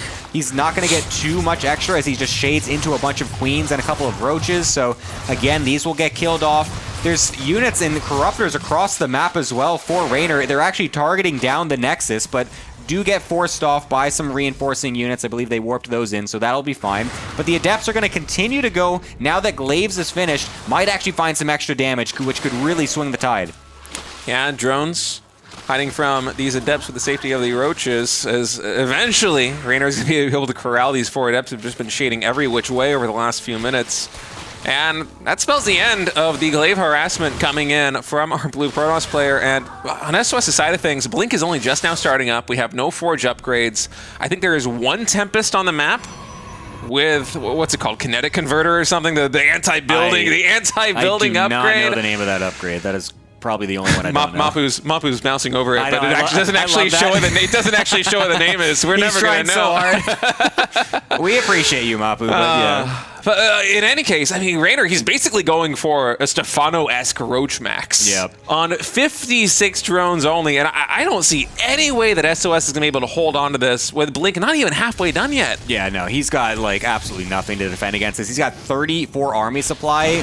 4 of that is a Tempest across the map, tickling a hatchery that's being produced. 15 Blinkless Stalkers against a massive amount of Roaches. Gonna soon be a couple Ravagers as well. He's trying to kite this as best as he can, but the Corruptors will just go back into the main base and start to bile down that Nexus, and Reynor will walk away with the first map win after going for a proxy hatch 12 pool. Yeah, that was a pretty interesting game, honestly, from a lot of aspects. Reynor going for the 12 pool is kind of a cute tactic. He's been working it in more often in his ZVPs versus the Protoss players, especially herO, who have been favoring the very greedy gas first into gate, into fast expand opening, because 12 pool, if it goes unscouted, it just completely stomps that. You know, it's game over immediately. We've seen that between Reynor and herO in the past, and so maybe he was expecting SOS to be a little bit greedy, but in any case, it did play out the way that he wanted it to, right? You got a lot of damage done, delay the natural expansion, and then the follow-up from there, I liked what you said, potentially going for a really fast third base with no speed, but going 1 Stargate Tempest with the seismic converter, whatever it's called, the extra building damage upgrade. The extra building damage upgrade. it didn't really get anything done. You can kind of see that he wanted to snipe that third hatch. Yeah, but there were just so many queens. Yeah, it was a bit unfortunate. The follow-up choice it just didn't seem to work out that well. I could see it working in certain situations, like you said. I mean, like if they could actually get the third base snipe, that would be good. And then you're trickling. I feel like if he tries to do that without the upgrade, and they try to get the ground switch a little faster to like really break the ankle, you know, a little bit better. Because obviously the glaive adept timing kind of just came at a point where it was just too late, and the Tempest didn't find anything. But since he kind of committed so hard to it when he was trying to use it as a bit of a mind game, it's like, I don't know, it just didn't really work. I feel like he was trying to do two different things at once, and it just didn't really work. Seismic destabilizers? Could that be the name of the upgrade? Still trying to think of this? It really bothers me. You have Wikipedia open. You can like search it. These are my notes. I'm sorry. Oh, I thought that was the Wikipedia. No, these are screenshots of Wikipedia that I fill in with my pen. I got it. Oh, my bad. My bad, Steve. The moment this series is done, I'm going to look up on my phone what this thing is called. It really bothers me. Don't do it right now. That's so unprofessional, Gemini. How dare you call me out? Let me know. No, I'm not going to, because you just outed me. No, just do it. Do it. Let me know. I'm not going to do it anymore. This is the classic thing where the parent walks into your room as you're about to take out the trash to tell you to do it, and now you don't want to do it anymore. So that's me right now. All right, Reynor versus SOS, game number 2 on 10,000 feet coming in just a moment. Are we going to have some more crazy builds out of both of these guys? Let's see. The map is loaded in, and oh my goodness, Gemini, I'm looking at the production tab. You know what I see? No drones. No drones. You thought you were going to catch me as I'm looking at my phone right now. I'm did. paying attention. Tell me what it is. Tell me what it is. Yeah, where is this thing? Kinetic overload? No, tectonic destabilizers. Oh, I did get. In the end, I did get it. Nice. Very good. It took me a while. Nicely done, State. All right. Well, Reynor, he's going for the 12 pool yet again. I guess if it ain't broke, why not fix it? Wait, what? Reset. Okay, coming into map number 2 here. What's the build we got going on, State? All right. Well, SOS fall for the same trap. The drone is going to the third base, and now it's going cross map again. Dude, just go deep. This is a mirror image of what happened in the previous game. The probe goes back up into the main base. It checks to see if there's a follow-up drone coming in, but this time I think SOS is going to really hurry onto that pool. Yeah. He'll catch a glimpse of this, like 5 seconds faster than he did last time. Let's see if he goes for the same response. If it's going to be the Forge, and then, 2 Zealots chrono boosted, and 2 Adepts following up from that. We do have the Forge coming again. I love how he tried to put that down to block the hatchery from getting into the wall, but it also now kind of makes it so his wall is a little weird. Oh, nice block as well, being able to deny that, but okay. Just puts it off over here. So the gap in the wall for SOS is going to be a bit large, so it's going to be a bit awkward to fill that in, perhaps, but we'll see what he makes do with that. Going to chrono out the Zealot again, of course. And Reynor is just going to go for the exact same thing, just follow it up with some more Lings. He's going to make the Queen as well to spread the creep. I'm actually amazed he's doing this twice in a row. I was not going to expect to see this whatsoever. I mean, it worked in game number 1, and SOS had even scouted it in game number 1, so...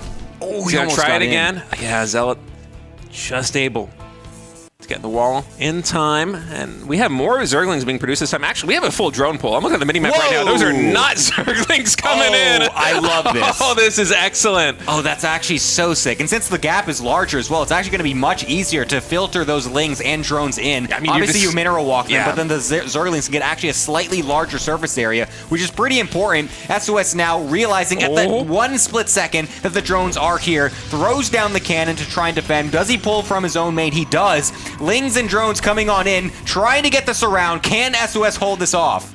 All right, Zealots running ring around the rosy right now. That Geyser almost getting surrounded, but now finally a very good angle with these mineral patches also blocking in. Yeah, Adept is done right now. More Zerglings streaming in. Reynor has no money back at home. Probe drilling through the drones. Oh, one of the Zealots is not attacking, but I feel like SOS might have just enough, especially with a photon cannon now done. Reynor overcooked the pooch. Oh, shoot. Now you're doing it. Overcooked the pooch over here. God damn it. Anyways. I mean, the Adept can just chase these things down forever, right? There's no income here for Reynor. He has, 1 drone back at home, and I think he might have used that to make 1 more Zergling. GG is called. We're tied up 1-1.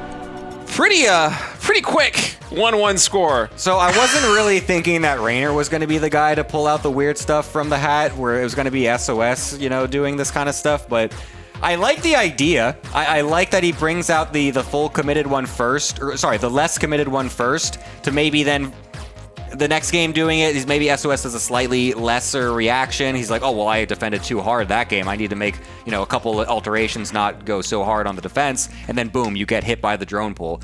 But it seemed like SOS's just stock standard defense versus that style was enough anyways just to blindly counter whatever follow-up that Reynor's going to go for. So the cannon coming out perfectly timed. The adept, even without the cannon, I think you just win without the cannon anyways. Like the fact that the adept was coming out already. I like the idea from Reynor, but yeah, maybe a little bit too much time in the kitchen on that one. Yeah, I think the drone pull, it works 100% if you're going up against that greedy build we talked about, the gas first and negate into Nexus. But yeah, in a situation like this one where SOS is playing stock standard, more or less, he's responding with a Forge, he's responding with, 2 Zealots chrono boosted out, and then 2 Adepts. It's hard to make that work. Yeah. So we're all tied up 1-1 right now, and that means that both Reynor and SOS are on the verge of elimination here in RSL season for the first season of 2026. That would be crazy if Reynor actually just gets knocked out first. That would be a pretty disastrous run for him. I think he's absolutely expecting to go to the playoffs himself, if not go much further into the playoffs. Like I see him as like a semifinals and possibly even finals type of player. So him going out at this point would be a disaster for him into the first season of RSL. Well, SOS has been dangerous so far today. Brought herO to match point. Now he's doing the same thing versus Reynor. And this time we have a bit more of a standard opening. We have drones being made, Gemini. I am not surprised. Honestly, if he threw it out 3 games in a row, that's just like massive cojones, Just that would be so sick if he did it, but it's only sick if it works the 3rd time now. Yeah, but I still respect it, I would still respect him from trying. Interesting enough, SOS is also putting a pylon in his own base because he also now is thinking that. It's like, well, what if you do it 3 times in a row? So I'm going to try to ultra counter this. This is not something we see every day either. This is almost never happening in PvZ. Yeah. No gas being taken either here for SOS. I think he's just maximizing the amount of money he has coming in from minerals because, of course, if you send a probe down to the natural expansion, that does cost money. That's time that the probe is not mining minerals, and so we might just have a straight-up gate Nexus here.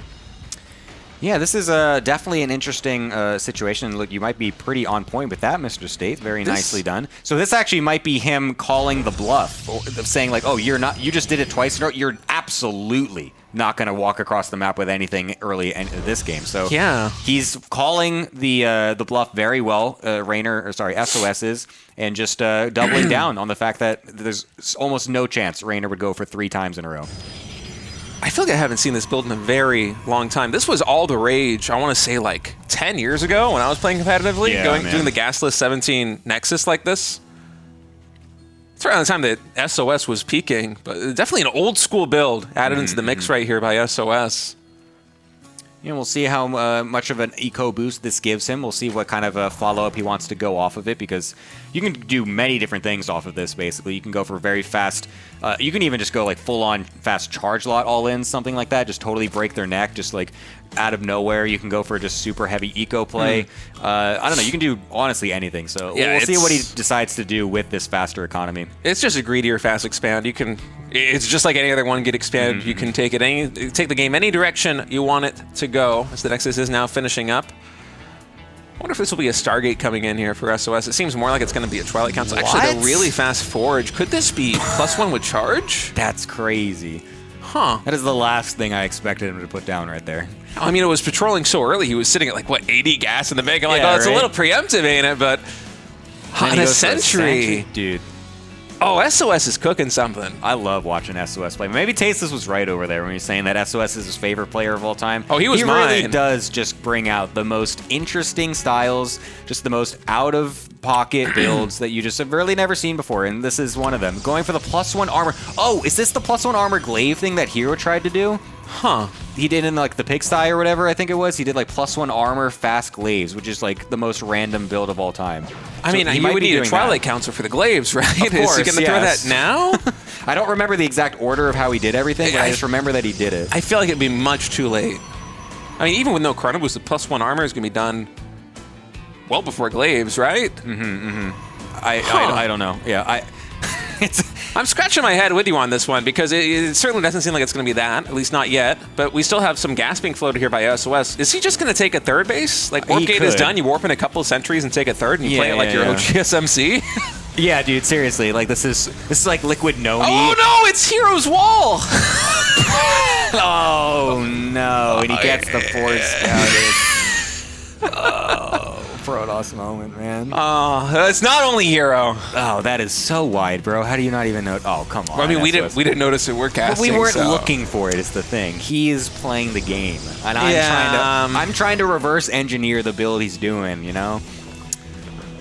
Huh. Well, that's unfortunate. At least he wasn't doing anything like insane with like, you know, proxy like a double Stargate or something like that. Like you could just take this third base and just still macro out of this anyways. Like this is not the total end of the game. Although I guess Reynor is reacting with an all-in for this, so he might actually just die if he doesn't have the right units to defend. Yeah, Roach Warren finishing up right now. A lot of money saved here by Reynor. I wonder how much larva he has saved because I'm expecting a ton of roaches to be in production in just a moment. Yep, that's 9 of them. Well, these adepts won't take. They're going to take a lot of damage because they got +1 armor state. Not yet. They are going to. They're going to live a little bit longer. That's for sure. Yeah, unfortunately, +1 armor doesn't matter quite so much versus the roaches in this situation. Well. And Charge is going to be the follow-up. We have +1 ground weapons getting started, but that will not be done in time for this push. Mm-hmm. And honestly, I feel like if there were enough, if this was +1 ground weapons instead of armor, and if Charge was a little bit faster, I would really like SOS's odds of holding this because there aren't enough roaches to kite them forever, and they would just chew through the lings. But because it's armor, this makes things a lot more difficult here for SOS. And the problem for SOS is he has no idea this is coming because he has no scouting on the map. Normally you have an Oracle. Normally you have something that can actually walk across and see what's happening. He has no idea. There's only 1 battery starting right now. The second one also. He's had 0 idea that this is coming across. He's getting full surrounded by the lings as well. Completely caught with his pants down. He's going to have the bios getting thrown down on top of everything as well. This is a perfect execution from Reynor, and SOS knows it. SOS is out first of the RSL season number 4. That's a shame because that was a really, really interesting build. Yeah. The throwback gasless expand into a really fast forge with +1 armor. I want to see what SOS was cooking up, but Reynor certainly did not want to see what SOS was cooking up. Reynor never wants to eat the food that SOS is preparing in the kitchen with that. No, can't blame him either. You want to slap the tray out of his hand as soon as possible, and that is exactly what he did. Great identification from Reynor. Gets that early scout with the Zergling, able to sneak on by. Luckily, of course, with that wall off unfortunately being misplaced, but gets the information, reacts accordingly, just says, I am not going to play this as what you want. You're trying to play a really greedy macro game. I'm going to cut you off before you can go for that. Very decisive. SOS had no idea it was coming. Yeah, very well timed, well chosen. All in there by Reynor is going to bring him into the final match here in Group A. It'll be a rematch of him versus Zoun in just a moment. And if you're watching at home, we are building our community on Patreon. We wouldn't be able to do this tournament without your support. All the way from starting with basically nothing last year to doing this wonderful offline finals, having Artosis here with us for the offline finals, a live audience, having the players in the arena. I mean, that's the kind of event that I live for. And so we wouldn't be able to do it without your support. And we are always trying to make the RSL better. So if you're not yet a Patreon supporter, we invite you to join us on the Patreon. Yeah. Get plenty of perks. It's going to be awesome if you could do that. But for now, we are going to be throwing it to a break before our last game of the day. It's going to be a rematch, like we said, between Zoun and Reynor. Stick around. Don't go anywhere. That we just saw. I hate those 2 casters. All right, we're back. It's good. We saw them on stream and we went, get him off of there! Highlights are over. Highlights are over. What's up, everybody? We are going to go to the rematch of what we started today out with. Yeah, Reynor versus Zoun here in the final series of the day. One of these players is going to move on into the playoffs of RSL Season 4. One of them is going home, man. Going home early, too. And for Reynor versus Zoun, I mean, we watched that first series. It was probably the longest and most competitive series of the day, in my opinion. I mean, it was really back and forth. This might be kind of a marathon between these two. It should be long. I think it should be close. It will be weird because Zoun, look, he already dominated the first half of the year for the RSL in 2025. He had an amazing run. Reynor, I mean, this is like one of the great Zergs in the whole world. The fact that he wouldn't be in the playoffs is kind of crazy, right? Now, he could recover here. He could make the adjustments necessary. Or it's very possible he is just the first person eliminated from the RSL. You know what's bothering me about this? It seems like Zoun is missing a shoulder here. What is up with that shot? That is a very poorly calibrated green screen. Is it just that he has one arm? I heard you can play Protoss with just one arm, but I'm not sure. He's got foot pedals for 1 and A. That's all you need, man. You just need a mouse and a straw you blow in for A, and you're fine. So we're going to start this best of 3 out here. Zoun down here in the bottom right, and Reynor here in the top left. And I got to say, I loved this series that we saw. Although the PvPs we had earlier with SOS were also completely nuts. But Reynor came and approached the matchup in a really different way to try to, like, I guess you could say, like, circumvent what would be a late game that would be very hard to win. But Zoun hunkered down and kind of forced the game into that space where he was able to dominate. So I want to see if Reynor comes here with new ideas, maybe some cheeses. He played kind of cheesy versus SOS, but I don't know if that's the same kind of formula he's going to bring here in this game. But yeah, I'm mostly interested in this game from Reynor's perspective. I'm really curious what Zoun is going to bring to the table, because in game number 1 of his series versus Reynor, we saw him play that really slow, calculated, conservative style where he tried to build basically the super army and then just move across the map and wipe Reynor completely off base. And then in game number 2, it looked like he was kind of eyeing going for a Stalker Colossus all in. He was going to get 3 or 4 Colossus up with a Warp Prism, with Thermal Lance on 3 bases, and just try and push Reynor out of the game, which is a very different approach than he did in game number 1. But Reynor went for Mutas with very fast +1 and +2 melee attack, and as a result, we just had this completely crazy game with Phoenix versus Mutas, Archon's getting gigantic splash damage hits in, and so we didn't really get to see Zoun's plan truly come to fruition. And so I think for Reynor, he's coming into this one knowing that he only has to beat Protoss to advance to the playoffs here in RSL Season 4. And Zoun, based on the way the games went in the opening series, I'm expecting him to have a lot more builds up his sleeves here versus Reynor. So we might see something completely different over these next 3 games. Yeah, I think you're definitely right. Now, Reynor did hold his own, did look really strong. Some of the most memorable games I think we're going to have, honestly, for maybe even the whole year, the way he approached the matchup. We see the same expansion pattern coming out here. Or no, that's actually not true. I'm sorry. Didn't Zoun, Reynor take his 3rd base at the top? I don't remember, actually. Yeah, no, his 4th base was down there because I remember it got pushed by the Stalkers. I remember seeing him take that and thinking, oh, that seems like it's pretty attackable, and then it was. Yeah, you might be right.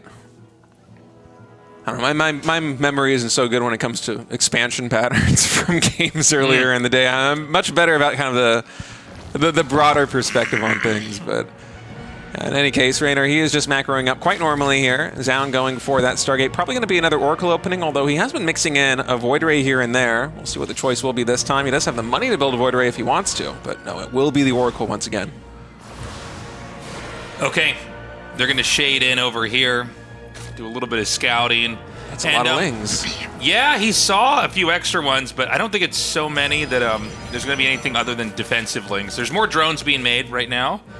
And from the Protoss side of things, you don't really know what they're doing when the first Oracle is coming out. There's still a ton of different branches in the possible decision tree and build orders that the Protoss can follow here.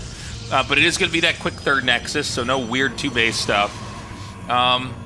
And I guess, we'll see if Reynor tries to contest it. Don't forget, he did go for that kind of melee upgrade in the previous game that we saw. Obviously, it's we're way past the point where that could be something that he's going for here. But maybe he has something later on with like a Roach Ravager timing or something with Hydra Bane. Time will tell. Yeah, Hydraling Bane, I think, is probably going to be the build order most likely to be chosen here by Reynor. It's just a very mid-game focused composition that he loves to play. It has the capacity to potentially end the game before we reach a late game, which a lot of Zerg players have been feeling frustrated in CVP these days. Is Zoun with a really nice angle, able to find 2 drones despite 4 queens and a Spore Crawler nearing completion right there. Not too shabby here for Zoun. Yeah. His shoulder's back. Look at that. Oh, it's gone again. It's gone again. Man, that shirt is nowhere near green. I'm very surprised. That's what I'm interested in. I understand that, yeah, it's one of those green screens that like blacks everything out. But like, why the shoulder? Is it the lighting? I bet it's the lighting. You can see he's got the light on the one side of his face. All right, it ups now, shading in again. This time 4 of them with 2 oracles accompanying. I don't think that Zoun is actually going to fully commit to this, but he might. Oh, he in fact will. He's going into the main base right now. Those 2 oracles could try and take a fight to this queen if they want to, but instead actually stasis traps on the high ground. Oh, that's still in range. I cannot believe that is in range of the Spore Crawler. That is the longest range Spore Crawler I've ever seen. Yeah, that was kind of... This could have been, like, really cool looking, and it kind of backfired. The drones are going to come down here. He's actually going to get some kills and really make up for what happened earlier. Obviously, losing the Oracle is always painful. Yeah. 7 drones isn't bad. I think that was really good except for losing the Oracle, but honestly, from my vantage point, I cannot believe that Spore Crawler was actually hitting the Oracle. I bet Zoun couldn't believe it either. That is... Oof, that is some range. Yeah, that was kind of crazy. Now, you know, are we going to have a push here? It kind of feels like it from Zoun, but I know in all the previous games he's really kind of stayed back. But just looking at the upgrades and the Warp Prism here, the 4 gateways, the Temple Archives, it feels like we're kind of leading up into, like, you know, some Archons and charge lots coming out. Yeah, for sure. Especially with no gases taken right now at the 3rd base. And with all these extra gateways finishing up, I think it looks like it's going to be a +1 charge lot Archon timing. And typically against Reynor, that is a very good push to go with because he plays so Ling heavily, but he's mixing it up a lot here in game number 1. He's going for a very Roach-heavy composition, which is not what you want to go against with charge lot Archon. Yeah, lots of Lings and Roaches coming out, as we can see. And the Queens are coming, so this is another type of all-in timing here. He wants to basically have a power spike as these Queens come down here to do damage to transfuse and everything else. And I mean, we'll see how the harass goes. Sometimes it's actually better to just have this back at home, but you could end up getting a ton of worker kills. But this is going to be a moment where you really don't have time to multitask that much. So let's see if he actually sends us back home. No, okay, he's going to warp in. Is he just going to sack the 3rd base? Yeah, he's going to give it up. He's going to lose about half the probes there in the process. But the drones have already been evacuated. Yeah. So, I mean, who's really taking the damage here? I mean, it feels like Protoss is already taking the beating. I mean, I think the main can be recovered here. He's going to also take out the Cybernetics core. He's going to send the Warp Prism with Archons back. And he's going to unpower this. I mean, this looks really bad for Protoss. Yeah, especially having to push outside his own wall and into a concave, trying to find some angle. And as we said, the composition he's going for, he doesn't have Blink. He is Charge right now, and Charge is so useless against 22 Roaches with all these Queens, with even Transfuse available because of the creep spread here. Zoun is going to try and shuffle his units here in the Warp Prism, able to dodge those Biles. He's getting good damage done on these Queens. With reinforcing Lings, I'm not sure it's going to be enough, Tasteless. Yeah, he's going to keep coming down here. I think the Reynor's taken this game. I mean, no 3rd base. It's 4 bases. He's up and running. It's going to be really hard to ever be able to come out and reclaim this. That's going to be a GG. Reynor takes game 1 in a moment of what some would call justice for the Zergs. I think a lot of folks would call that justice, honestly, the way the first series went. And honestly, for Zoun, kind of a painful break. You could tell that he wanted to get some kind of damage done with timings lined up for +1 and charge with those 2 Archons and a Warp Prism. Maybe say a really big warp in the main base and try and get some damage done there, and then just expand to a 4th, get up your Storm. But the rug was just completely pulled out from under him. He didn't have a very good read on where the game was. Yeah. And I thought, okay, well, I thought maybe he had seen some of the attack and he was going to go just try to do some damage with the Archons and then warp him back. But then he actually warped in Zealots. I think when that happened, he might have not even fully parsed what was happening just yet, because that was right when they were entering the 3rd base. And maybe had he have known, I think we've seen a lot more static defense. We probably would have even had... We'd probably still be in the game, to be honest. I think that he just... I mean, that move is meant to totally... like shatter the Protoss's position, where what he was trying to do was come in there and maybe like harass and keep the Zerg back, and didn't work out. You know, what Zoun was doing, it definitely felt like he was almost playing a completely different game, and it just blew up in his face. We're going to go into game 2 now, and remember, if Reynor just wins 1 more, he's going to move on. He will survive into the next phase of RSL, and then Zoun will be out, and Zoun won half of the RSLs we had last year, so that's huge. All right, game number 2 loading in. Reynor spawning in the bottom right, the red Zerg. 1 map win away from advancing into the RSL playoffs here for Season 4. And the top left, Blue Protoss Zoun fighting for his life now against a player that he 2-0'd to start out the day. And is now 0-1 against in the final match of Group A. Pool right away here before hatchery. So what kind of rush is this exactly? He's got a drone moving out. He's just checking for something.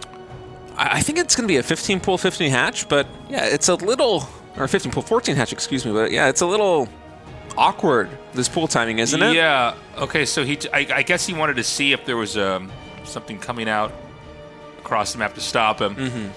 Yeah, let's see what kind of build this is. I mean, unsurprisingly, we saw Reynor go for like a kind of timing it kind of all in. And so this probe's going to come in here. He's going to see that the spawning pool is almost done. And yeah, I just want to see what kind of game exactly we're going to have. 6 lings are being made. We might have 2 more made, but I'll be surprised if Reynor committed beyond that point. I feel like this is just enough to try and throw a wrench into the machine of Zoun and try and muck up his build a little bit. We already see the core coming in before the Nexus, which is a decision players make sometimes if they want to, say, get a pylon, blocking the third base of the Zerg and do some kind of shenanigans that way by delaying the hatchery. But in this time, it's Zoun doing it defensively. You know, he's delayed his second gas, so Oracles and Stargates will be later on. He's going for the Zealot, so this pylon can't come in just yet. Those minerals had to be spent warping in a Zealot. Probes are getting pulled, and all this at the cost of Reynor just going for a 15 hatch and making 6 Zerglings in total. It's a lot of disruption. Yep. You know, there's definitely 2 entrances here to kind of get through. Now, remember, when the probes aren't mining, it does start to add up, right? We need the Adept to come out. The Adept will terminate the harass here, but for now you basically have to sacrifice some economy. And this does even things out a little bit on the Zerg's end, right? I mean, you don't really see this build that often. And for good reason, is that most of the time you're just trying to get drones as quickly as possible and develop. But, Zoun defends it. The game goes on. We're getting the queens out now. And I wouldn't be shocked if we see 1 or 2 more maneuvers like this. So the Adept is actually on the map, which is why the lings are able to come in and poke again. Got to be careful, though. You don't want to be too close to any of these Adepts here. When you have small numbers of lings, the Adepts can pick them off. You can see he's actually spreading the lings out so that, at least the other 2 will get away. But, again, cutting corners like this, with what Reynor did to get some early aggression means, like, you really can't even drop a couple lings. It becomes a big problem. Yeah, the third hatch is a little bit later here for Reynor, but again, the Stargate for Zoun is almost a full minute later than it would normally be. So what Reynor lost in terms of early economy, he is making up by kind of having this window where he can drone almost completely freely. And up until this point, he didn't even need to take his gas to go for Zergling speed. It's just been all about building queens, getting up drones, now taking the third expansion. And so we're equalized on workers at around 32, 33. Usually it's, 40 workers where the Zerg finally catches up for the Protoss? That's a cool approach, especially considering the way the earlier set went versus SOS. I wonder how much of that was Reynor just kind of priming Zoun to be expecting some kind of early pool and potentially overreact to it. Yeah, it makes me wonder. The problem is whenever you see these weird openings like this, if they don't get a ton done, and I feel like 4 probes is probably like the perfect minimum to have down there, where, like, they don't run into the main and they don't lose too much. You got to think Zoun's probably more comfortable right now. That being said, I feel like Reynor's so good in these tight games that he might still just be fine. I think it was an odd way that we got here, but the game is still very even, Not too much has changed, but it's the small nuances that you gotta really appreciate in a build order selection like this one coming out of Reynor. Yeah, so we've got 2 more gates in the Nexus for the third base coming down.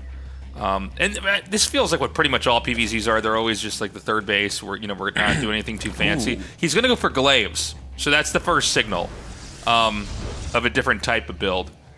We need to see how many more gates are going to be behind this to know what kind of glaives build it is. I mean, we've had games where it's like, okay, this is like a glaives, a snowball game. We're going to try to just come in here and do so much damage and hope that someone like Reynor, who might try to squeeze a few drones in here or there, will end up being overpowered and crushed. Or sometimes we have games where people make like 4 gates and we see like a little bit of glaive pressure and they really just tech behind it and hope the Zerg overreacts on the other end, where they don't have any workers and they've defended too much and they're not in a great position. Reynor does have a Roach Warren done, although I'm not sure we have any Roaches on the map just yet. more of a safety warren, and a lot more drones just got queued up just in time for this Ling to spot the Adepts moving cross map. Good movement. He just showed the first two. And he goes into a Hydralisk den before building any roaches. I think he only saw those two, and so he might be a little bit underreacting to this. Oh, and Zergling speed's only halfway done, Tasteless. Yeah, he's making a ton of Lings, but you really need to have Ling speed when you fight Adepts. And I mean, at this moment, he knows what's coming. He's going to let those finish over here on the ramp. He's going to do some good damage to this Queen. The Lings are on a rally path, excuse me.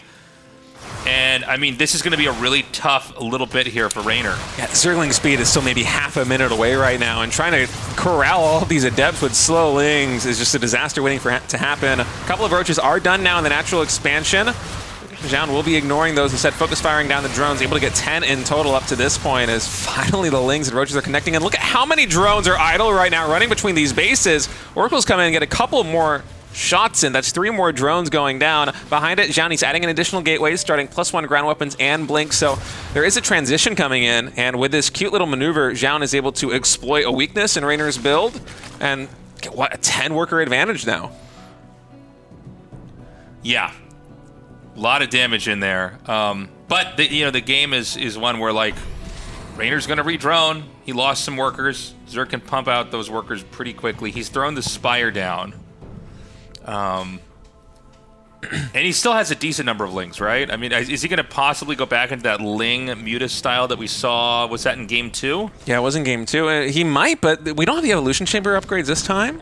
Although, this is a very smart metagaming move because Zoun scouted the Hydralisk Den. He scouted the Roach Warren. Yeah. The thing furthest from his mind is going to be the Mutas, but I'm wondering if there's actually enough behind it for it to make a difference. Even if it does catch Zoun off guard, which I think it almost assuredly will unless Zoun somehow scouts it with the Oracles in the next couple of minutes, there isn't too much behind it. We don't have very fast weapons in terms of melee attack, +1 or +2, and Zoun is being aggressive enough with these Stalkers and the Oracles that he might just force Reynor's hand straight away. Reynor might have to show that he's building all of these Mutalisks well before he wants to actually reveal them. Yeah, well, it's funny, the Stalkers kind of got in and finished the job and got out, right? I mean, before a Mutalisk even started. So he's going to go for those 8 Mutas. But, you know, as Zoun, you know, pulls back into safety, I feel like this is getting really uncomfortable for Reynor. I don't know if he's going to have any kind of counterattacks that can really do that much.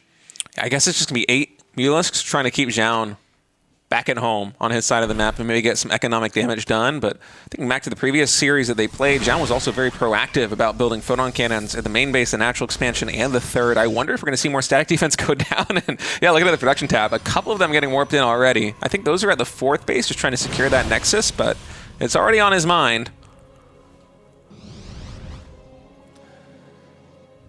Okay, the Mutas are going to come out now. Again, 4 base to 4 base is never good for Zerg. He's going to make the Hydras here too. We're going to see that supply spike up. So he made 8, which is, it'll look like a lot. It looks like there could be more being made, but he's basically tech shifting again. So he's coming here and trying to look as unpredictable as possible, I think. This is kind of a tricky game to read, to be honest with you. I think Zoun knows it's likely just going to be these 8 Mutas. Yeah. And already they got some good damage done. 10 workers in total going down because the photon cannon was a little bit late there in the main base. And now we have a Zealot Warp in the main base of Reynor, as well as this skirmish happening over at the 9 o'clock side of the map. There are some Hydralisks reinforcing, but the slow Zealots, even without charge. Man, what is with slow Zealots and slow Zerglings in this game? Able to pick off those Hydralisks, and Reynor actually just pushing through the Storm here on the left side. He might be able to get the Nexus because of that. Yeah, he almost takes out the pylon before the rest of the Stalkers can warp in. The Arc is pretty damn good, and that's going to chase the Hydras away. He's cleaned up the Zealots. Never mind, there's 2 more Zealots here, but he'll clean those up in a second. And we're having a lot of probes killed. You know, it's funny, I've been watching mostly army and buildings, but yeah, 18 workers have been picked off here. So Zoun's actually hurting quite a bit. And there are no drones being made. I don't think there's any drones at the 4th base. I think he might try to just power up and then just come in here and try to just get enough damage to swing a major fight. Yeah, I'm with you. Yeah, because he's like, again, I think there's not even literally a drone mining at the 4th base. Yeah, a couple of them getting transferred from the Queen's main. going across the map too? Yeah, these are just because of the main's mined out as well, too. He's at 11 of 8 in the main base right now. Yeah. Reynor, he's all gas, no brakes. He wants to break down that fourth base as quickly as possible. War Prism barely out of vision of the mutas. They would have loved to catch that, but instead it's all about pushing the front lines right here. It's just, I don't know if there's enough sustain here for Reynor. It's mostly Ling Hydra. There isn't a lot of HP with this army. And you know, those storms, they last for so long that it just occupies like a space on the ramp. You can't, like, you know, you have to respect it or run through it and eat it. Reynor leaning forward in his chair here for a second, I think realizing, like, he's in a bad spot. Yeah, he has to start droning up again. 6 of them in production, and Zoun also recognizes this. He knows that he is safe. He's starting the fleet beacon. He's preparing to transition. And for Reynor, the follow-up is going to be Lurkers, which pairs really well with the +2 range attack that he has coming up, as well as the extra 2 geysers. But economically, there is a window where he should have been ahead of Zoun in a normal game if he was playing his typical style. Instead, he was behind. And now Zoun has all the momentum here in this mid-game. Yeah, I think that Zoun should be able to close this out pretty easily. I mean, we'll see Reynor's very dangerous when he's cornered like this, but this, I mean, you know, just looking at this as straightforwardly as I could see it, I don't know where Zerg's supposed to go from here. You know, all the Muto harass is kind of forced cannons and defenses over here, which means the Mutos don't really have as much of a purpose anymore. And Zerg's just so down on bases. Yeah, but Reynor is making these good plays. I mean, this is a lot more probes going down, 8 in total, with just a couple of mutas remaining, too. You know, the upgrade advantage is on Zoun's side. It is equal bases to equal bases, which Zergs do not want to see. But at the same time, Zoun's army isn't especially advanced. It's mostly Blink Stalkers, you know, assisted by some Templar. I think there's 4 in total there. And Zoun's going to go for the Mothership. And so I'm wondering if this will just be Zoun assembling basically a massive Gateway army with a Mothership and then riding the Mothership power spike to a big push. Yeah, I think that's probably the play. I think he's going to shark around the map and just look for stray units. You know, a lot of times Zergs are going to try to counterattack, and you can kind of always not commit to attacking into their base. Why are these Templars? Yeah, I was getting scared for a moment there's there. One way you can lose this. But yeah, I mean, a lot of times you can basically just kind of bob out of your base and then weave back in and just let them throw units away trying to counterattack because you're never going to commit. And the whole time you're just waiting for that Mothership to pop out. Second Stargate also in production now for Zoun, so he certainly is eyeing the potential of going to a later game instead of just pushing with this Mothership once it is done. Reynor, he's coming in on both sides, 270 degrees, trying to find the angle right now. Huge storms on those Lings, cleaning up almost all of them. They will be able to surround one Templar, which storms itself in desperation. But now there's no more storms left here for Zoun. He does have a couple of force fields available right now with that Sentry, but besides that, not too much in terms of spellcasting. He is able to isolate this army on the right side. Mothership is done. Do we have any Overseers with this army? I don't see any detection here for Reynor. No, I don't see anything at all. Oh, no. And he's just going to come through here and just wipe this out. The Mothership only losing shields. Reynor's hood is off. He looks like a mad scientist. Looks really like a sad scientist, really. Not a mad one, just a sad one. It's like one of those gremlin dolls when you don't brush its hair, man. Yeah, that's right. You can rub it for good luck. So we, I think, are just going to see the end here. I mean, there's just... Hold on a second. There's enough Hydras here. Yeah, reinforcements coming in. Why is this happening? Why does this fight even look like this? Zoun is doing his best hero impersonation right now. Now he's going to just go for his 5-stalker Mothership attack. If you hid the names for the last 2 minutes, I would tell you this player is herO because they want to fight decisively. They had the game basically in the bag, and then they threw everything away with the bad fight. I don't feel like what I'm saying is that crazy. You guys saw that fight go down too. All right, even supplies now. Brand new game, Tasteless. All right, we're back to square one. I mean, realistically, Zoun, he is still expanding. He's taking the 5th base. Reynor is still on 4 bases. I don't know why he counterattacked like that. You don't need to do do anything. You're on 4 bases, and this guy's down in drones and everything. Like, you just got to win that fight and then make... You know, Protoss, they're usually going to win fights when they have, like, the right mixture of units. I mean, whenever you lose, like, half your stuff or more than half your stuff, it's like, okay, go back and just remake everything. Get that balanced army composition out again. So Reynor's going to come across the map again. Now remember, guys, Reynor just needs to win one game and he wins this. And I mean, you know, okay, well, that wasn't going to be that game. All right, GG.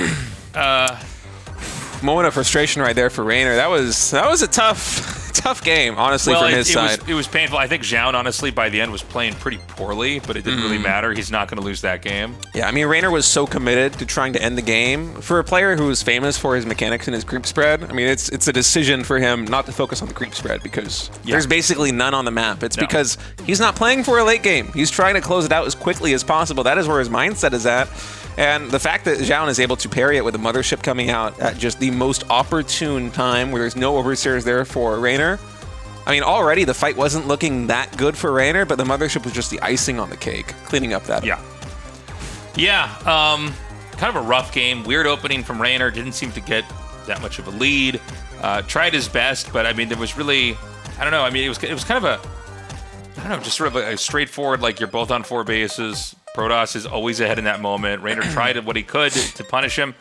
Somehow it was weirdly close at the end, even though I think for most of that game it was pretty dominant from Zoun. I kind of like the opening there for Reynor, even though it seems like it's kind of hard to exactly ascertain what the advantage was of going for the 15 pool. It felt like he was able to eke out some advantages, but in the end, it was also kind of his Achilles heel because he didn't have Zergling speed to deal with the Glaive Adepts. And those Glaive Adepts getting in, not only killing double-digit drones, but also forcing, I think, 2 full mineral lines to be idle for like 30-plus seconds, maybe even more than that. I mean, that is just completely destructive to the Zerg economy at a critical moment. And I feel like that was really where I saw the pendulum swing way back in the Zoun's favor. Yeah. Again, we were talking about Reynor's builds and like, what is he going to try to go for? He does not want to he does not seem to want to play like a pretty steady macro game where he's just going to try to, be your classic Zerg player, kind of watching and seeing where can I try to squeeze out a few more drones, how can I get into like supreme late game and get ahead. He seems to be more interested in trying to stop the Protoss from lasting too long. We got a probe sent out on the map right away, by the way. And another 12 pool from Reynor. Yeah, another 12 pool here. So very early scout. Reynor going for, this move here to basically confirm, okay, what exactly is happening back at home. A lot of times, this can force the hatchery to go somewhere else. And drone's going to come down to the natural expansion and try and fake the move. Zoun almost certainly saw the drone moving towards the 3rd, and this is so basically identical to what he was doing versus SOS. He's going to send the drone likely to the natural expansion of Zoun, although he is... I thought he was going to the natural. He's going to just keep it over there, and he's going to run back because there's a point where the probe thinks, or the Protoss player thinks, okay, he's got to have made his hatchery at one of the 3rd base locations, and then even though your hatchery's up late, you get to have this here. Back on the Protoss side of things, it's 2 gates and 8 lings are inbound. Yeah, so he now sees this. So a different response from what we saw SOS do, where SOS was going for the Forge instead for Zoun. It's all about just getting the manpower up as quickly as possible. He's going to be chrono boosting out Zealots the moment that he starts that 2nd pylon. And for Reynor, this is a little bit less committed than it was before. And I know we're saying that about a 12 pool, but it was a 12 pool where he started 1 pair of Zerglings and then the hatchery and then the rest of the lings. So they're not coming out all in one volley. Instead, it's going to be more of like a waves. It's going to be like Zoun is playing a MOBA and he has to kill all the creeps to get the experience and move on to the next level. He's going to come down now, and we've got 3 probes this time. The Zealots are here. These lings are not going to last too long. It's still a little bit awkward here for the Protoss. I mean, surviving is one thing, but you're not kind of getting the tech that you wanted to get. Reynor's obviously skimped a lot on development because he's even doing a build like this. This is one of the super frustrating parts about a walling with Protoss like this, is if your Zealot goes too far out, it can get surrounded and killed. Yeah, but he doesn't need to commit to a fight. He just needs to force Reynor to get off that Cybernetic core enough that it's not going to die before the Adept is down. And there already isn't enough surface area. Reynor is going to get shooed back now by these Adepts, and 2 Zealots, 2 Adepts is usually the combination players will work with because it's safe, obviously, versus the push at your front door, but after that, you can almost always force Reynor or any Zerg opponent to stay on 2 bases because the 2 Zealots and 2 Adepts, they're a little too formidable for slow lings to deal with in securing a 3rd base, and the creep spread just isn't going to be there with the 12 pool opening. Okay. Oh, nice ambush here, but the Lings don't get the surround. Oh, he just barely misses that surround. He is able to get it on this second adept. Oh, no, you're kidding me. Oh, my God. And Reynor just lurched in his chair. I mean, that's got to be frustrating. That was a beautiful setup there by Reynor, but just barely missing it with the Lings. 2 fumbles there. And, you know, remember, you're working with so little because of the opening that you've got. If you bleed off like 4 or 5 Zerglings, that's like, you know, more than half the stuff you have to fight with. So the Adepts are going to come in here now. He gets the first drone. He's going to go for the second. The drones have been pulled. And again, Zoun's been really good with his control. He's just able to kind of keep these Adepts at a distance where they can't really, you know, take full damage from the melee. So, okay, good surround there. But this is 7 drones down. 7 drones down in a 24 drone to 27 probe game. So, I mean, this has been extremely rough for Reynor. Yeah, those 2 Adepts just wiped out like a fifth of Reynor's economy. Yeah. That is just brutal right there. I mean, Reynor, he is going to be pressing the drone button quite a bit from here on out, but oof, coming in from a 12 pool to losing all those drones to those Adepts is a very painful loss because already your economy is sputtering. It's trying to get its legs and eventually, you know, build up to something substantial, but you get handicapped at just the most inopportune moment. He's going to be going for a third base right now, but Zoun has all the momentum on his side. So we're going to have the third hatchery put down. And think of how late this is compared to what you're used to seeing in a PvZ, right? And unsurprisingly, Zoun's going for glaives again. And, I mean, it's kind of crazy to think of how much, you know, the weird openings slowed everything down, but we're kind of getting back into the PvZ of things. But I think he's going to be sending these Adepts out on the map. Now, go ahead. I was just going to say, Reynor hasn't made a drone in quite a while. We have a ton of Lings going to the third base of Zoun. I think he wants to try to contest it, but I think 4 Adepts is like, it's really hard to stop that, especially with the pylon placement like this. Oh, sorry, it's actually 3 Adepts and a Zealot. But yeah, you get what I'm saying. Like, that just seems like enough. And so, you know, they're even on workers. The Nexus, weirdly enough, is going to finish before the... oh, no, I'm sorry. The hatchery's going to finish a little bit ahead here. Looks like there was a misplaced building there. He just cancels that. But yeah, I mean, it feels like Reynor is not really big enough in size economically. He's lost a bunch of Lings here and there, which does add up when you're playing a scrappy game like this. Oh, and he's going to see that it's glaives now. Luckily for Reynor, the Roach Warrant is nearly complete, so he should be able to build the units to deal with this. But the problem is he's already at 47 drones. I mean, this is coming in from Zoun at 44, and typically as Zerg, you're going to have a lot more to work with than this. Instead, it might only be a couple of Roaches. Actually, look at the income right now. How many will be in production? We do have a full wall-off coming through. 7 Roaches only. And they're not going for the wall-off, actually. They're going to be going to the third base. There's only 2 drones right there. I think Zoun, had he committed to the natural expansion, might have been able to focus fire down one of these evolution chambers and get good economic damage done in the main base with a shade.